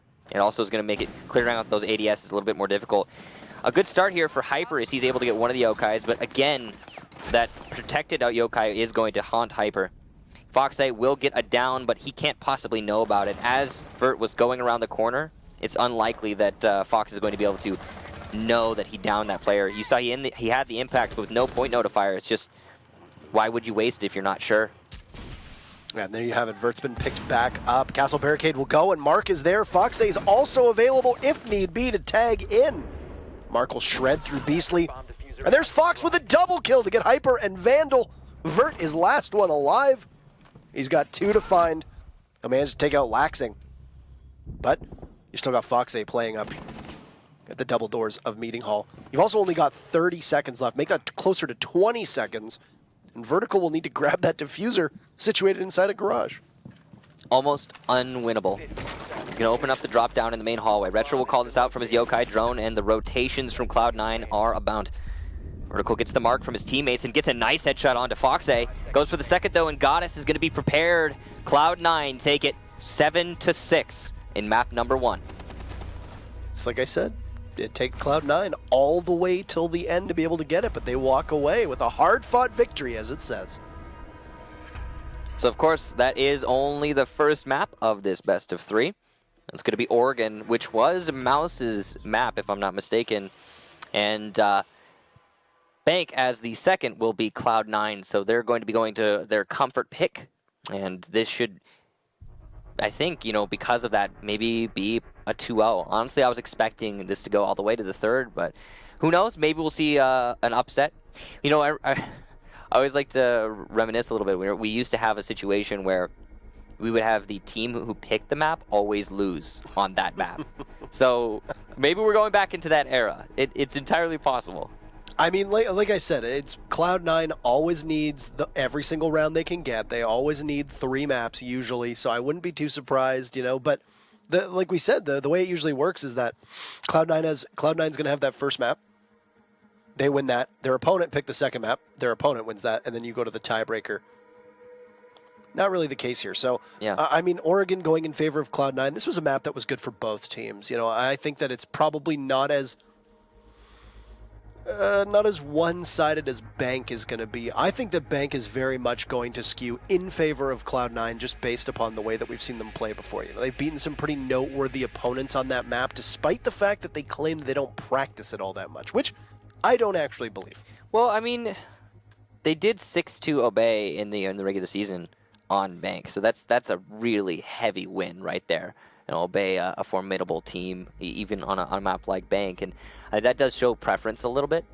Whether or not they practice it, it's something that we've been talking about a lot recently, actually, and we can reference again is that individual player preference does mean quite a lot in this game. If you as a team don't practice Bank, but you just have a bunch of people who really like playing Bank, then you're gonna do well on Bank. Sometimes just one person making the right call in a situation is going to allow for a round win, and that's the nature of any pro play for Siege. Yeah, I mean, and here in the Nationals in particular, I think C9 has had a pretty good run to get to this point. From what I saw, their bracket draws, I think they 2-0'd most teams on their way here to play up against Mouse. So it's been a pretty dominant run from them. Now, the team has kind of had some weird struggles over the last couple weeks. I think it is noteworthy and worth mentioning that they won DreamHack Montreal. They come into the U.S. Nationals as the most recent champion of anything inside of Rainbow Six Siege, walking away with a LAN victory, just a couple weeks ago. But their results outside of that since then in a variety of other leagues have not been what we've expected of them. Now here we go. They've got a bounce back against Mouse, who's turned into a pretty worthwhile adversary for them. When you head to Bank, I think one of the things that both teams are going to benefit from is, I hate to say it, and I hate to say it over and over and over again, is the way that the players, as you mentioned, if you like playing Bank, you're going to do well. The way that the roamers play and they hit their shots, that goes to the strengths of those type of players on Bank. Now, Mouse have really not been the sharpest shooters so far in this matchup. With the exception of Hyper, people are routinely missing their shots. Yeah. So when you look at Bank, this could possibly be a snowball effect. If Cloud9 has the advantage in terms of strats on Bank, and they can land their shots, it can end up being a pretty quick match. There's one thing to consider, that Bank is a very strat-heavy map, but it's also got a lot more openness than Oregon. So it's like Oregon, but also way, way, way more open. And that's the one thing that might favor Mouse just ever so much, is now they have the ability to roam as they clearly want to, and it will actually aid them in defending. If you're, like, for example, we saw a lot of top floor defenses from Mouse where they would roam 3 people underneath, and those 3 people very rarely accomplished anything, and just seemed forced. And on a map like Bank, those very same roamers are going to actually have a lot more of an impact. But the problem with that is while, yeah, it's going to put Mouse in a much more, I think, comfortable position. Cloud9, on the other side, have also been very good at clearing the roamers thus far. And they also have excellent roamers themselves when on defense. So I don't know that it's going to be an inherent advantage to either team. But it will definitely show us some different styles of play. I would imagine that here, mousesports is going to be starting on defense first and foremost. They're going to ban Lion yet again. Yep. Not a stranger to see him. An operator that's, let's be honest, he's very powerful. He's probably one of the most powerful operators in the entire game, if not the most powerful operator in the entire game right now. You can safely call him overpowered. I think that's a pretty safe thing to say. Ying as well, a very commonly banned operator on attack. These are the type of operators that put you in a position to just win if you time it right. Yes. And there's very little usually the defense can do to stop you if you time it right. So that's why you see them banned out usually. You can see a little bit of contemplation here from Cloud9, considering what they want to get rid of on defense. Ought to see you don't often have it where a team will take it all the way to 0. They will be the ones to ban out Maestro. So I mean, it worked in their favor, but they also happen to be a team who I think their Maestro play is superior to Mouse's. On face value, I think that hurts Cloud9 more than it hurts Mouse, unless there's something we don't know about this map in particular. Well, Echo also going to go. That's not a surprise. If we're thinking about basement defense, then Maestro and Echo are 2 of the most powerful operators on this map in particular. Mira also very good, but I would rather have a Maestro or an Echo any day of the week while defending the basement, because the attack almost always comes from the server. You need that indirect denial. You need it. And while Mira gives you the knowledge that they're planting default, you cannot that sounds so weird, but you cannot directly and indirectly deny the diffuse plan, except for by the use of your C4, which is somewhat the same, but I'd rather just have an evil eye, man. It's a lot easier to do things like deny thermite charges in server in the first place. You can add layers to your defense, and I think it's a smart ban. As much as you might be right, it could possibly hurt Cloud9 more than it hurts Mouse. You see the Pulse will remain unbanned this time around. I think that'll aid both these teams, and immediately Beastly will go onto the Pulse. And I mean, the way that Beastly plays the Pulse is far less of a fragging operator and just way more of a surveillance operator. That's it. I mean, that's how you're supposed to. Right, I know, but I mean, certain teams will use Pulse more aggressively, and other teams will use him deep in sight to give the anchors and possibly support players that information. It really depends on the team strat. I think a little bit of clarification there. That's how you're supposed to use Pulse on Bank. There are certain situations where you need to be playing Pulse. Like, for example, on Oregon, If you're gonna roam Pulse on Oregon, he's more of a fragger. You're gonna put him. You're defending the top floor. You're gonna put him in the basement, and he needs to do some damage. He needs to make some hurt happen. Yeah. Whereas on bank basement defense, you're putting him in vault, and he's staring at server, and he's just gathering information. That is his job. And then eventually, what he needs to do as well is deny the defuse plant using his C4. But that comes much later, and before that, again, it just comes down to gathering information. So. Here we go. Roam clear for Cloud9. And they're looking to clear out stock before they start anything else happening. Now, it's going to be, as such, a top-down for Cloud9. This is definitely the right call. It's obvious that they're making it based on their opponents. mousesports, that we talked about it before, like to roam. And Cloud9 are going to need to isolate those roamers. Need to force them all down before they can make an actual concerted effort into the site. I wonder what's driven this change for Cloud9 on the way that they attack, with Retro being the Jackal now instead of using him on the Blackbeard. I mean, I know that Blackbeard is not exactly all that common here on this map, especially the site defending or attacking downstairs. But Foxy's a pretty darn good Jackal. You've got him on a secondary heart breacher role right now. I think that's very interesting as to the way that they've changed some things here. Well, I mean, it worked out decently for them on the first map, but it is definitely a change. I think probably just something to do with personal preferences. We always like to talk about it. It's an internal thing for Cloud9. Yeah, absolutely.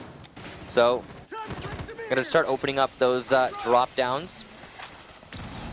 Cloud9 will use the Thermite to do that. Kind of interesting. Usually you'd have the Habana with the Excaros open up the drops, and Thermite would go over to server to open up that main wall into the site. But not so here for Cloud9. They still have one exothermic charge. Habana actually kind of exposed right now. Foxy potentially not getting calls about Kuiper's proximity to him. But somebody needs to keep their barrel pointed at the Ela, otherwise you could expect a push from Hyper. Yeah, I mean, both Foxy and Retro are in positions now where a rotate from Mouse might be caught, but I think they looked the wrong way trying to find the Jaeger who was playing down by that server stack, and the Jackal's going to let him go, even though Retro did have the pings. Unfortunately for them, Vertical is going to get away.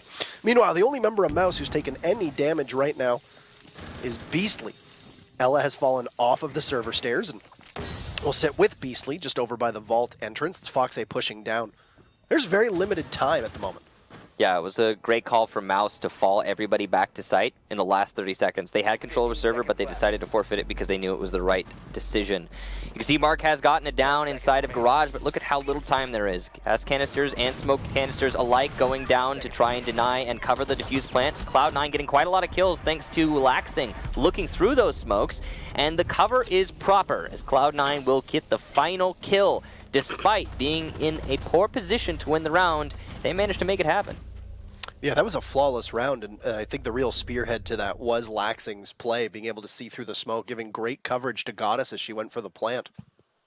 Not just as this is a good C9 map, this tends to be a very good Laxing and Goddess map for them.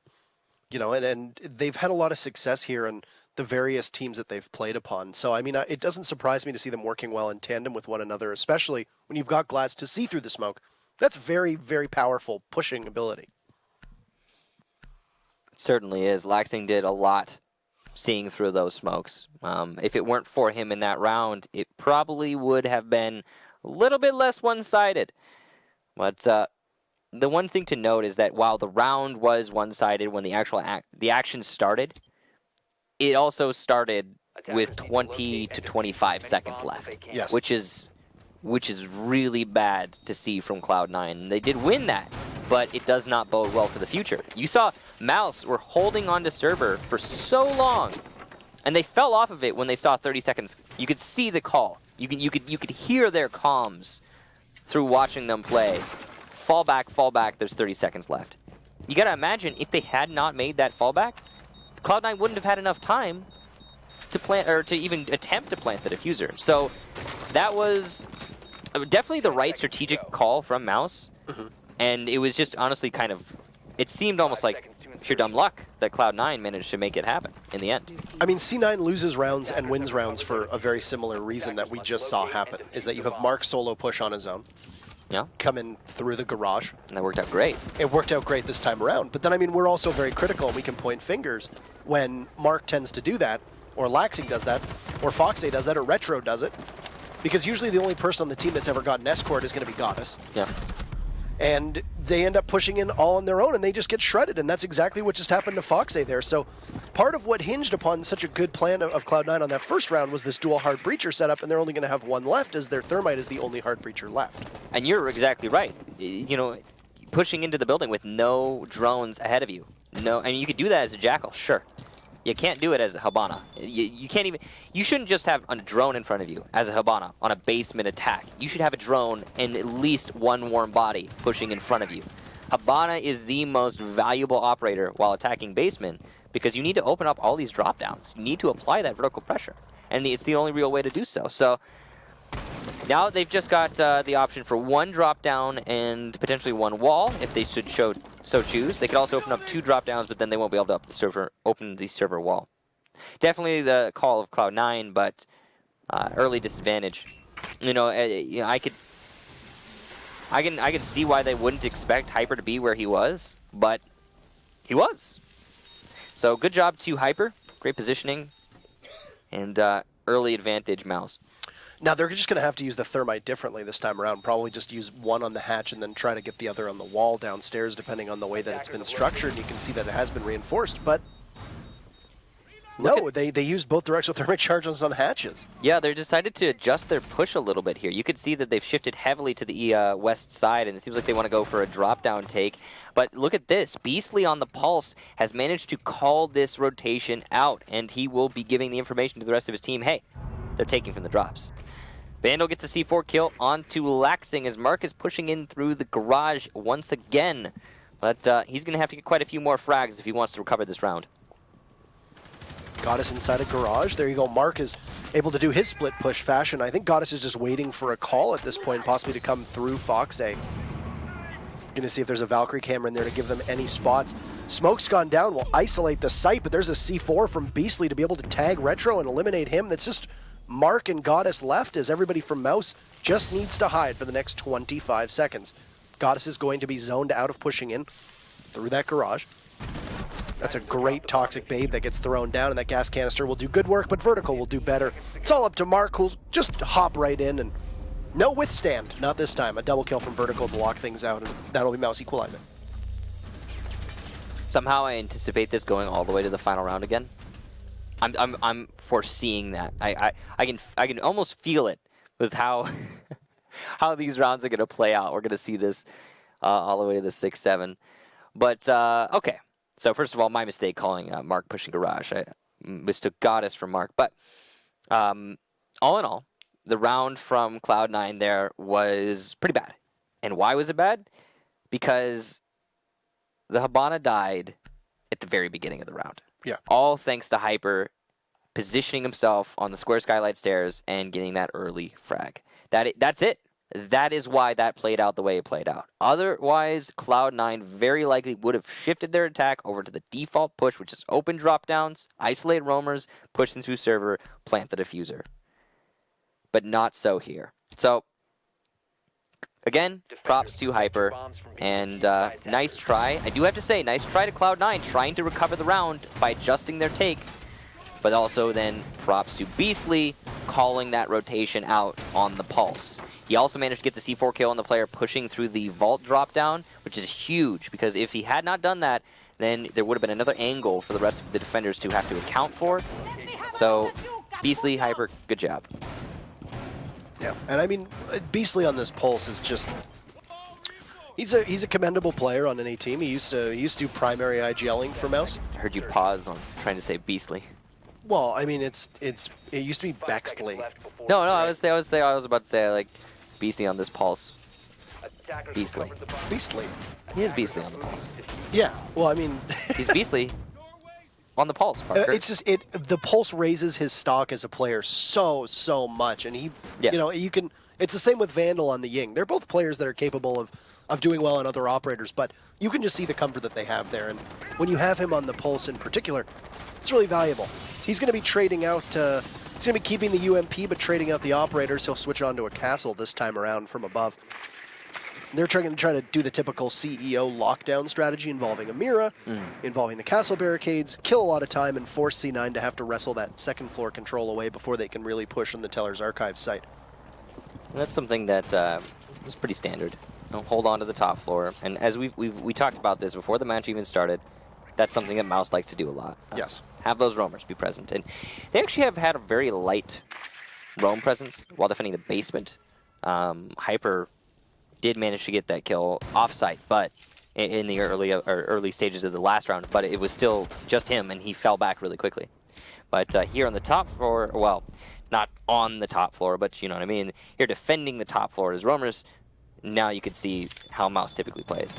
That extension to the detection range of the Jackal going to pay off quite a lot here for Retro as he spots out what appears to be the Legion trying to dodge some bullets upstairs. Cloud9 are clamping down on these roamers really quickly, and just like that, they all fall down.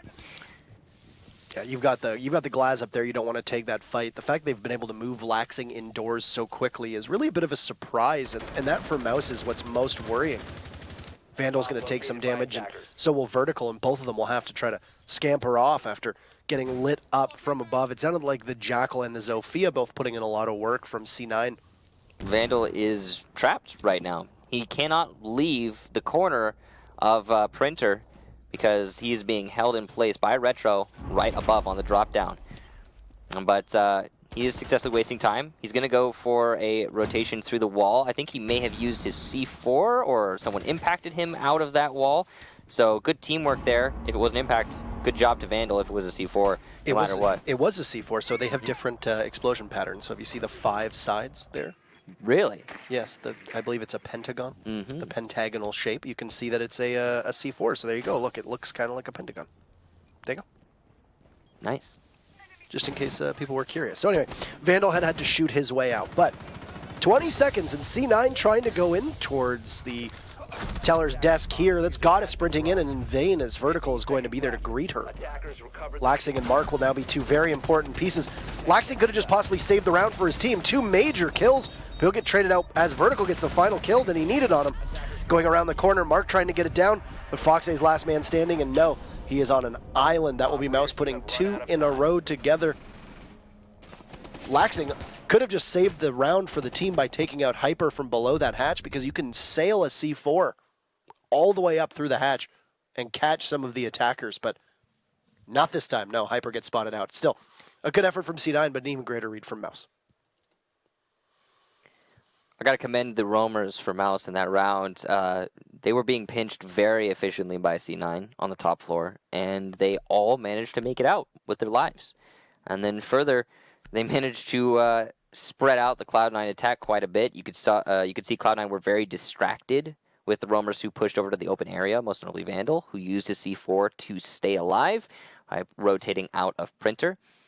So really props to the slippery nature of those roamers for Mouse. It managed to keep Cloud9 focused on anything but the site. And then once they were scrambling to actually push, it was too little too late. So, top floor, CEO for Mouse as the next site. They have now won 2 rounds in a row, so they have to go to their 3rd bomb site. They were successful on the basement and, as you just witnessed, the Tellers. Not choosing to go to open area, as some teams do. They've also brought Hyper on the Rook, which is something you don't often see. Of course, that's probably going to be Hyper trying to challenge the long angles that are abundant on this top floor, as are being highlighted. Good thing that works in favor of Bank here is that it's it's got 4 sites that are quite easy for you to defend. Yeah, all of the sites are good on this map. I think that's one great thing about Bank is I think an underappreciated map. So apparently maybe not reading the patch notes or just trying to make some bullet holes there, but Can't break the castle barricades with the glass any longer. It used to take about, I think, 12 bullets thereabouts. So it's still expensive to open a castle barricade. But now you just can't. You can do damage through it, though. And I believe he did hit Beastly once. So, good job there to Laxing. It's quite a bit of damage that's been done to Beastly, almost half of his HP, and now the rest in what is often called banana, because it does happen to have a curved shape similar to a banana, as all those barricades will get taken out, and there you go. That's banana. It is kind of banana-shaped, yeah. A lot of teams do refer to that as banana, yeah, because it looks like a banana. Yeah. So there you have it. That's exactly where Hyper is playing. He's pinned down as the bullets are just sailing over top of his head. And behind the windows. Usually you reinforce all those, and they were reinforced. Laxing opened them up. Can't open castle barricades, but you can open up the normal reinforced windows. Good marks here from C9, and Mark will get the kill. I swear did not mean that for that to happen.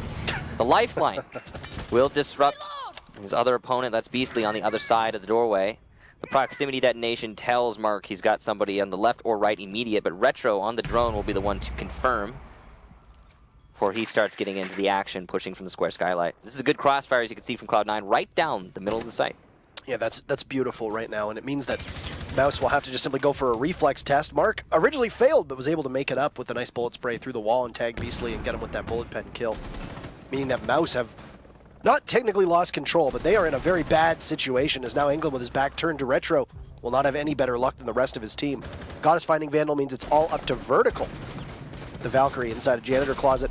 He'll see the Blackbeard break the rifle shield, but Retro will have the final laugh as he crouches down and just shreds through Vertical. That is once again a flawless round from Cloud9. They tie it up. You know, as much as I don't think the MPX needs a buff, because it really doesn't, it is just about the worst weapon to use against a Blackbeard shield. Probably, but it's up there. You know, it's top 5 easily. So pretty much a difficult situation there for Vert, and Mouse overall just being collapsed upon. The big thing there for me was, you know, remember when Cloud9 was clearing the roamers on the Teller's defense from Mouse? Well, on that defense, Mouse could have all the players on the top floor just fall back. You know, as they started to feel pressure, they didn't need to stay there. They could just return to the site, no problem. Plenty of time wasted, good job on the roam.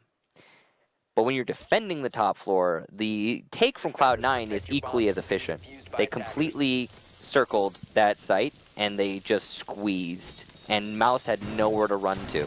And how are you supposed to roam on a top floor defense and still influence such an efficient push from Cloud9? I mean, there's ways, but they're going to be too indirect, and the ones that were used by Mouse were shut down. Hyper in particular was just in no position to live whatsoever, you know, as he got spotted beneath those barricades. I don't think he was expecting the glass of Laxing to get to the rappel by the front doors and just tear through all those barricades. He ended up getting really pinned down, similar to Vandal last round. Equally, I don't think he was expecting Mark to already be on Banana. Oh, they just, and that the best part was is for Cloud9 is how fast they were able to just get there. You know, you had 2 drones on Hyper who, prone, you have limited mobility, really couldn't fight back at all, and without changing his stance and being alerted, or alerting his opponents of his position. Yeah, it was a tough strait to find themselves in. Change from Cloud9 is the glass of Laxing will go towards a blitz. Everything else looks pretty good. Retro back on the Jackal. As for Mouse, pretty similar flexibility. You got Vert now on the Jaeger instead of the Valkyrie. You've got Vandal playing on the Valkyrie, so they'll trade hands with that operator. So I'm a little bit conflicted about this Cloud9 operator change. Laxing bringing Blitz instead of Glass, because the round that we saw Mouse successfully defend the basement was because Hyper peeked aggressively and took out the Hibana. Because the Hibana didn't exist, the drop-downs were not opened, and Cloud9 didn't have a really good attack strategy. I mean, how do you attack basement of Bank without that Hibana, really? It's difficult. You can do it, it's difficult. But the reason that Cloud9 won their attempt prior onto this basement was because Laxing just tore through Mouse on that glass. He was able to do so much damage through the smokes. All that said, though, they are trying to use the Blitz to try to dislodge Hyper from the server stairs. And definitely a good operator to do so, but it's still very dangerous. See, Hyper going to be holding firm. The Gishmat is going to disrupt this push somewhat, but Mark will get Hyper before Vandal able to C4 in response. And Mark gets a double kill. That was a huge salvage for Mark, so massive props to him for that. Yeah, Laxing does not die in vain there, and Mouse will lose a very potent fragger in Hyper on the server stairs, and then also Vandal falling. But Vandal was able to get the C4 off, takes out the shield. That's great. But, yeah, I mean, for Cloud9, that's definitely a W, and they walk away with it. Now, they won't have too much to go against them as they're able to get this wall quite easily. You know, there's likely going to be a Valkyrie camera, unlikely that it's been fully spotted, unless Goddess can look for it, which is exactly what she's trying to do. Pretty common to have one in there as she'll grab the wall, and you've still got the other Heart Breacher and Foxay available. Likely doing all the work on the hatches as needed. I believe those drop downs have been opened up, and they can't apply pressure as a result. Goddess with the diffuser coming to the drop down above A. There is no defender in close proximity to the A site. They do have the Pulse calling out the push, who does as well have C4, and the gas canisters will be flying all the way from B, doing a lot of damage to Cloud9 as they attempt to push in. The defuse plant is going down on the desk, and the C4 will miss from Beastly. Great positioning here for Cloud9. That makes the retake for mousesports so much more difficult. They also have managed to shut down the main stairs. That's Foxay holding on to that. Goddess going to open up the second server wall, making the retake even more difficult for Mouse. Retro at the bottom of server stairs, just going for some pre-fire, trying to bait, and he will be successful, as well as getting a kill into England after Foxay shuts down Beastly's attempted flank. Vertical now, the last defender, and he's going to be going for a flank as well. He knows he has to confront Foxay on this Hibana as he slow peeks the corner. He doesn't really have time to get 4 kills and a defuse disable, and Foxay will shut him down. Cloud9 take the first half of Bank, and they put themselves up 3-2. Excellent job for Cloud9 there to walk away with this as a... Usually we see a lot of teams can really thrive on defense on this map, and in particular, you know, the way that they're able to slow down the entry. But outside of, the second round, when Foxay sprinted right in and got killed immediately, the defense, the roamers, really weren't the point of contention for Cloud9. In fact, Mouse's anchor play was what was keeping them alive for the most part. Well, I would say that the reason that Mouse managed to win their defense of the basement was Hyper getting that kill, as you touched on. But the only other round they won was their Teller's defense. And yes. The only reason in my mind why they won it was because of how well they played the roamers upstairs. Because those roamers managed to waste so much time, and they all got off scot-free. No punishment at all. And then they continued to waste time by falling off not to the site alone, but Vandal pushed into open area and then into printer, and then out of printer into kitchen, and there was still people hunting him. It was Retro on the Jackal who hunted him for like a solid minute. So I don't know. I feel like the roamers were a big force for Mouse. The other rounds, I mean, that was all C9 winning. So what Mouse managed to make work was, in my mind, because of Hyper's positioning. That is, getting rid of the Hibana was the exclusive reason that they managed. Well, we can't say that. We can't say that with certainty. I think taking Foxay as the Hibana out was huge. Huge. I think that was massive, and I think that possibly could have been the round right there. Right. And then the other round, of course, that Mouse got was the Teller's defense, because of the roamers on the top floor just doing a great job. But then as well, the anchors that you touched on was one that actually came to the site push. Cloud9 were coming in through the main lobby, which is a solid strategy. But they couldn't make it work. They just could not make it work. So, good job, Cloud9, for taking the first half. Props to the Mouse roamers again, and the anchors as well in the rounds that they managed to get. We were talking about how Cloud9 were so fast in their roam clear, and yes. We're seeing very much the same thing from mousesports. They're already pushing into the building. Yeah, a very brisk pace for both teams, and I mean, it's so difficult to really track how teams are going to play on Bank, because you can see just a pre-fire into the clash shield here as Hyper's trying to. I don't know what he's trying to do there. He was trying to hit, if I'm not mistaken, he was trying to hit the floor, the ceiling above him, above the shield. Because it'll still detonate then, but if you hit the actual shield of Clash, then it just falls harmlessly to the floor. Now they're trying to get Clash again, and they're not. No. They did a little bit of damage to Foxy this time. I mean, it's not amazingly useful utility, the Ash Chargers. They can be used for a lot. Very versatile. However, it's not essential that it be used on anything in particular in this take. So it makes sense that they're going to use it to try and get the Clash.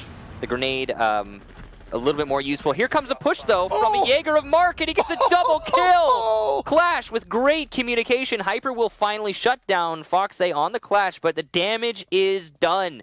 Mark has positioning, and he managed to get 2 frags while getting away with his life. Foxay definitely feeling good about that one. Hyper looking to pursue, possibly, and Mark is waiting for that push. There's still Vert on the Jackal, who can mark out this Jaeger and force him to rotate. And that's going to be happening right this minute. Here it comes. Now aware of Mark's location, they're going to start trying to collapse, and he will simply fall back to the site. So great job there by Mark. All they lost was Foxay in the process. As you noted, Mark's going to sustain a little bit of damage. Vertical is hot on his trail, trying to figure out exactly where Mark is. Interesting that we've now seen Mira go unbanned both times here on defense. That's very strange. Usually one team would have pulled the trigger on the Mira ban. Nope. Maestro and Echo are far more valuable, I would imagine, this time, even though, we can likely see a Maestro get played here. Well, last 15 seconds, and here come the smokes. They're going to cover the push into the site, but not fully, as Goddess is able to do some damage there. Laxing will also take out Hyper elsewhere. The defuse plant's going down, but a great push from Goddess will get the kill into the Jackal, and the secondary does damage before Retro is able to finish off Beastly. Excellent communication there from Cloud9 to get that final kill. You see Retro seeing the call from his teammate. Now, I agree with you. I want to touch on what you're talking about with that Mira. It is kind of odd to see nobody ban her out, but it's as I like to say, the meta is cyclical, right? So what happens? Mira is a powerful operator that influences the outcome of a round quite a lot, so she gets banned. Then what happens as a response? Teams start practicing without Mira, so they don't need Mira, nor do they need to ban Mira, so she stops getting banned. So because of that, she's back to being a powerful operator that is accessible because she's not being banned. You know, it's a roundabout, it's just a circle. And we're going to go in that, I think, a few times as time plays out. But maybe we're in that position right now where, hey, we're back to Mira being played again because she's not getting banned anymore. Clash has also kind of kept Mira from being banned all the time because I know that there are a lot of teams that need to ban Clash. They just do not want to have to deal with her, and then that means that you only have one other ban. Well, if you use it on Mira, that means Maestro, Echo, possibly other operators like Pulse that we've seen banned, quite a bit. Vigil, who's been banned a couple times as well. These are operators who now will remain in that fight, and it's a question of the person you're playing against, the team you're playing against. Is it wiser to possibly give the defenders the advantage that Mira gives overall, or is it wiser to take out one of their strongest operators if you know that they use Maestro very well? If they use Mute very well, if they use Pulse very well. And it's also, I think it is very much about targeting, too. Why would you ban Mira against G2 when G2 just doesn't play Mira these days? I mean, we saw in one of the more recent matches, it's not something that they've been doing. And of course that's going to change when they feel like the situation's right. It's not something you can predict with them in particular, but it is something that you should look to try to do as a team. Now, in this case, Mira has been playing very well for Cloud9 so far in that defense. I think Mira has been a really big factor here for both teams, and I think that's why we've seen the defense being able to stick it so long is just the fact that she brings so much to the defenders. And I mean, there was a time where when we were seeing Mira get banned routinely, and then one of the hard breachers get banned, it was kind of a wash as to whether the attackers or the defenders were walking away with a major advantage. The way we see it now is that it's very rare for one of the hard breachers to get banned. So having Mira banned, in a lot of cases, will give a big advantage to the possible attackers, depending on what the defender bans end up being. First kill is going to go to Mark, though, but he's going to get a little too greedy as he runs into a Claymore, and there's Hyper also being eliminated, or eliminating Foxay, and wow, this is Mouse with a very strong start here, giving themselves an advantage. Yeah, great job to Mouse. And so much time for them still in the round. Cloud9 just going to try and waste as much as they can. Laxing still on the roam downstairs. Retro playing Archives Goddess in Archives as well, but tasked with holding the A site through that mirror window. Again, the utility showing how useful it can be. However, Mouse has control of the top floor, and if they read that the mirror window is there, they will get the kill on Goddess, who is staying on the mirror window despite being pressured from above. Cut off rotation here, and Retro will go down to Hyper as well, just Laxing in the 1 versus 4. But a nice headshot on Hyper. Sees Beastly as well, but chooses to fall back. Probably the right call in this situation as the defuse plant is going down. Perfectly placed C4. But it misses. Laxing doesn't get the kill as the rotation happens from his opponent. A nice headshot, though, and he almost gets the follow-up onto England. Damage done, and the second shot will land. It's all up to Beastly, the 1 versus 1, but Laxing is on so little HP. And there's still so much time for the Capitao. He doesn't need to rush this. But his teammates, Laxing's teammates, that is, are calling out Beastly's position. The Valkyrie camps currently in play heavily here. Beastly's checking the wrong corners. Laxing might get the lucky shot, and he does, but oh no! Beastly with the flick! The limited HP not gonna matter as Laxing dies to a headshot, and Mouse will take the round. An excellent try to Laxing, but it just wasn't enough. And a flick as the call came out, and the one thing that Beastly had working in his favor that he could have used if he possibly was a little bit less pressed for time, he had all the utility in his crossbow. He had both asphyxiating bolts and both of the smoke bolts available. He could have used those to try and flush out if he thought, hey, maybe Laxing is playing down by the filing cabinets inside of Tellers. Maybe he is hugging that tight angle where Laxing ended up being. You can use both of your 2 asphyxiating bolts there. Laxing was on so low HP. It's just 1 tick of health and he's dead. Yeah, I absolutely agree. I gotta say, I think it was the right call, though, for Beastly just to play it by the gun. I mean, clearly the reason he was doing that is his teammates were saying, hey, Laxing's low on HP. You know, you don't need to get fancy with it. Just shoot him. Shoot him once and you'll win it. And that's why the flick, when when Beastly was going for the left corner there, was just so wild, because he knew, I need to land 1 shot, and then I'll manage to win it. And he did just that. So, top floor defense for Cloud9 after unsuccessfully holding the Tellers. They're going to bring a good lineup for this site. No ACOGs, but they have brought a good amount of utility in that Mira, and the castle barricades will help quite a lot on this top floor. Yeah, and I mean, you mentioned the fact that you thought this was going to go all the way. I had a feeling that if that match, or if that round in particular, had have gone, in favor of C9, that we would have seen this. Yeah, come to a pretty quick end. I don't. We're on the same page there. I don't know if I could have seen Mouse possibly, be able to fire up a comeback when they're down 5-2. But 4-3 is a whole different ballgame for them. They're within striking distance of a tie. I gotta say, though, despite Cloud9 losing that round and Laxing not getting the clutch, I think that's the sort of clutch that reinvigorates you as a whole team. That you see your teammate capable of such a feat, and you think to yourself, wow, I'm lucky to be here. And I think despite losing that round, Cloud9 are going to be very happy. I agree. So, Laxing looking to challenge Vandal, who's repelling on the lobby windows. He has actually done quite a lot of damage to Vandal, but it's been a back and forth. Laxing also taking some damage. And the pressure is being applied to Laxing from multiple angles. His vertical is starting to push his way up the main lobby stairs. Laxing will get aggressive, not go for the shot though, and thus not land it. Now you can see that Retro is actually covering Laxing.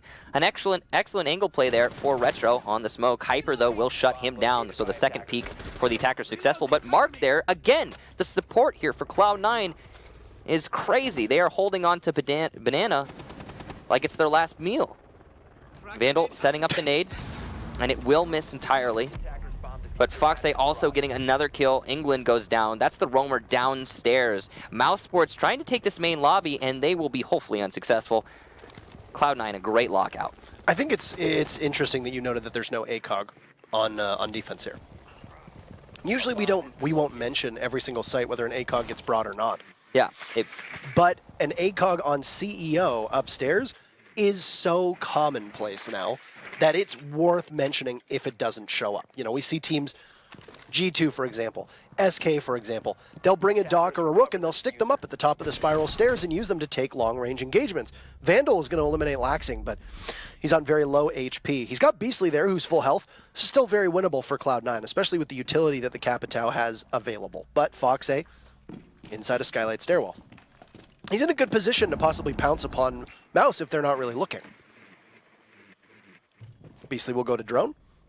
Sees the mirror window, but doesn't bother, or Vandal sees the mirror window, but doesn't bother to eject it. That would actually be a major boon to Cloud9, who, as I mentioned, have Foxay playing by Skylight Stairwell. Goddess with that Vector will be able to chew through anybody, doesn't need to do too much. Smoke will go down, sails out of C4, needs to not hit her teammate in the process. Mark, very, very close to getting blown wide open, but the only thing that'll get blown open is this lead. As we move to match point, Mark manages to evade the C4 from Goddess, and it is now 5-3, Cloud9.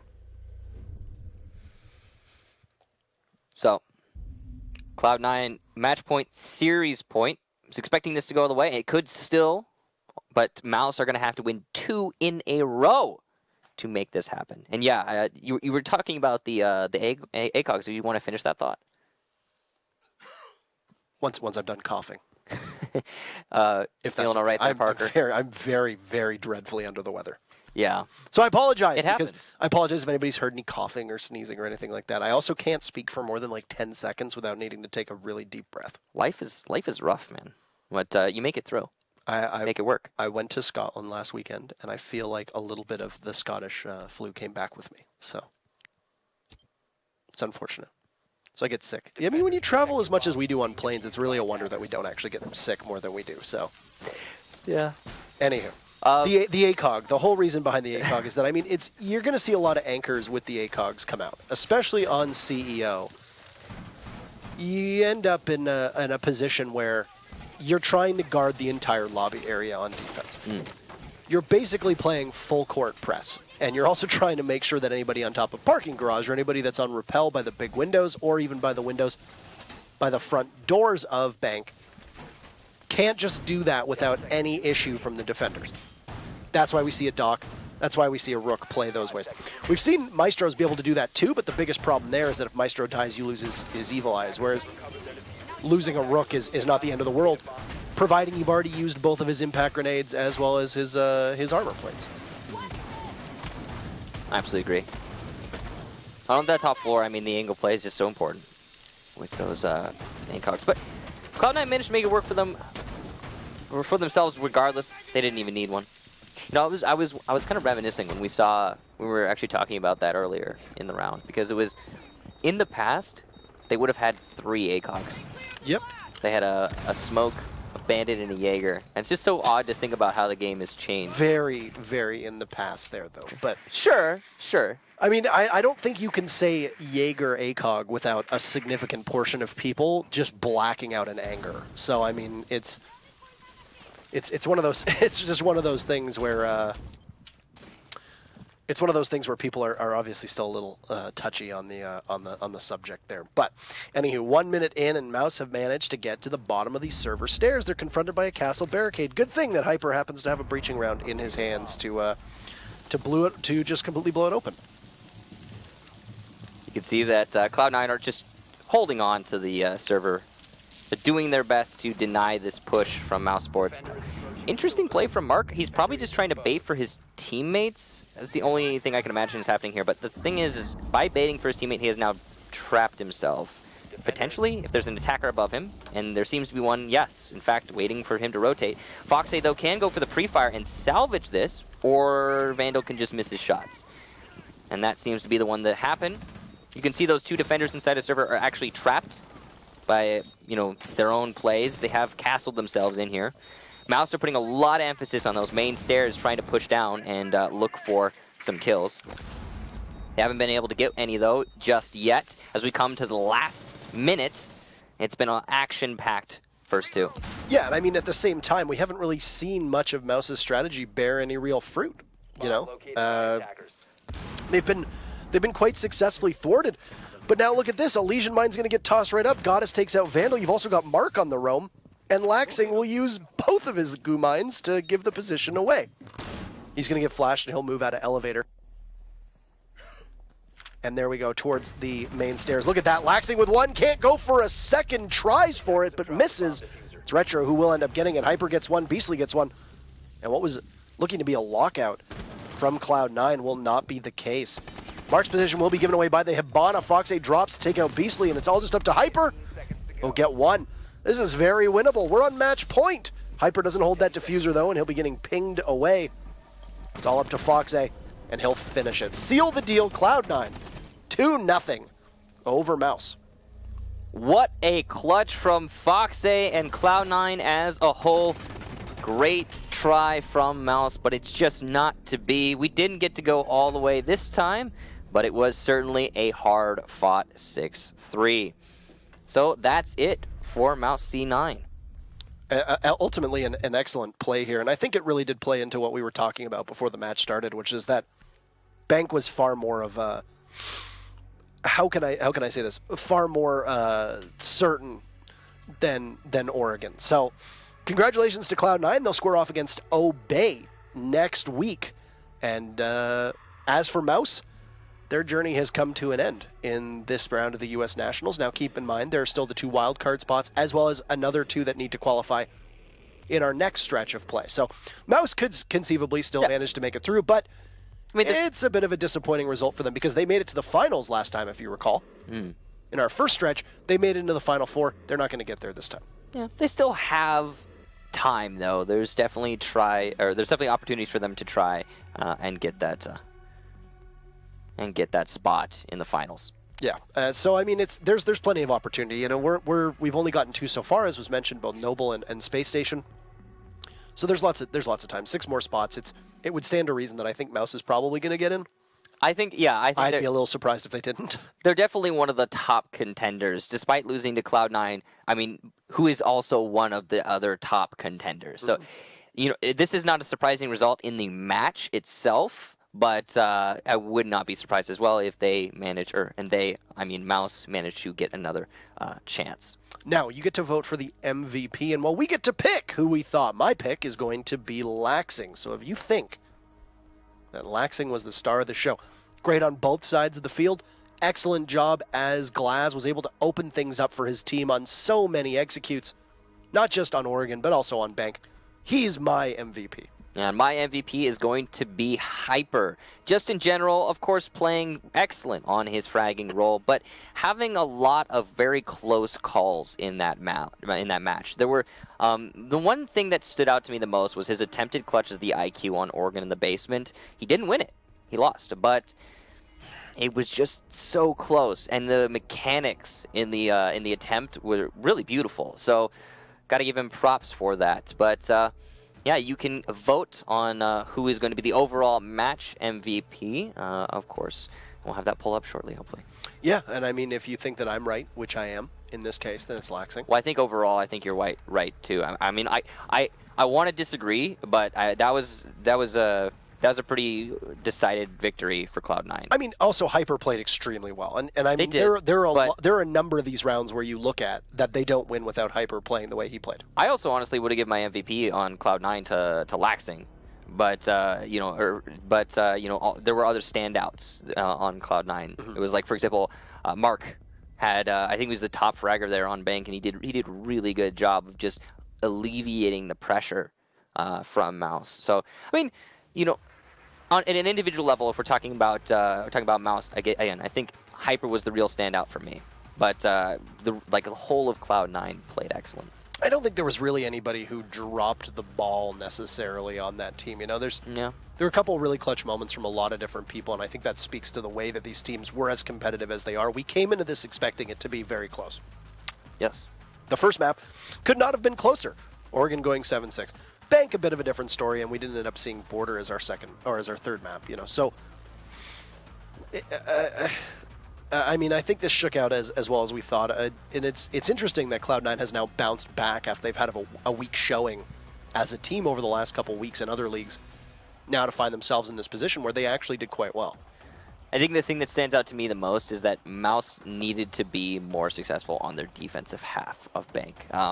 On Oregon, again, as we've talked about, it went back and forth all the way. There's a lot to talk about there, but that happened a while ago. On Bank specifically, Mouse had a really lackluster defensive half. They won 2 rounds. They lost it 3-2, C9's favor, and that needed to not happen because I feel like Mouse's defense is quite a bit better than their attack on Bank, and that proved true as when they went over to attack, they only won 1 round before being shut out eventually by Cloud9. So unfortunately, Mouse couldn't make anything happen in the first half, and because of that, they couldn't make the win happen. And I think they've looked better. Mouse has looked better with England at the helm of this IGLing call, but I mean, it's not one of those things that's going to change overnight. But we have Foxe here, the Canadian member who's currently competing in the United States. And we're going to bring up Foxe and say, hey, how are you doing, Davide, for our interview? How are you, sir? Nice to see you. I'm great. How are you guys? I'm doing very, very well. I like this. U.S. nationals, 2 Canadians talking to each other. It's great. Yeah, it's funny. It's, first of all, congratulations for the fact that you're now competing with your team in the States. That's a boon for them, and obviously it's good to see Cloud9 thriving with you on it. Of course, it could have been difficult for them to have to find a 5th because you were the lone non-American-born member of that team. When you look at Mouse, this is a team that you've played quite a bit over the last couple weeks. You've had some success, and then you've had a kind of misstep here. This is probably one of the best results that you've had against Mouse since Montreal. What did you do differently this time around that you didn't do last week when you played them, or not even still technically this week on Monday? Well, this game was a best of 3. But besides that, I don't know. We just played a lot tighter than we did in our previous weeks. We realized that in a best of 1, you can't play as loose because there's less room for error. So we've just been practicing on playing together more and the fundamentals of just, trading and all that. So I don't know. I think we did a really good job at trading and playing our game today. One thing that I noticed in Mouse's ban on Oregon, your ban on Bank, is that Maestro tends to be a staple of your composition on defense more often than it's not, at least over the last little while. But you chose to ban Maestro on Bank. Now, given that Goddess oftentimes will play Maestro on Bank, where did the thought process go in this way to take out an operator who your team usually plays very well with? I mean, I don't want to give too much away from the strat on why we ban it, but we don't really need it for that map. So, yeah, I don't know. I guess we'll be switching up our strats now and using Maestro because... Well, I mean, most people will see that you banned Maestro this time around. It could be one of those things where you ban an operator that it's going to cause them more harm than your team on. I mean, you did well. You did well without Maestro as well. That's because the operator is really good for stopping that site. So I think any logical team would either ban like the Maestro or Echo or Smoke or something on that prevents the plant. So any of those operators, especially on Bank, is just like a good ban. Understandable. And like I said, your team played well around it, and like we said, even with the Pulse ban as well, you play Pulse an awful lot. You banned Pulse on Oregon. We know that Beastly plays Pulse an awful lot, so you can even take out an operator that will hurt them. But all that said, anything to say to your fans or to the viewers before we end the interview? I mean, not really. Thank you guys for supporting. That's pretty much it. Hopefully we keep improving. It was nice to see you again. Take care. Nice to see you too.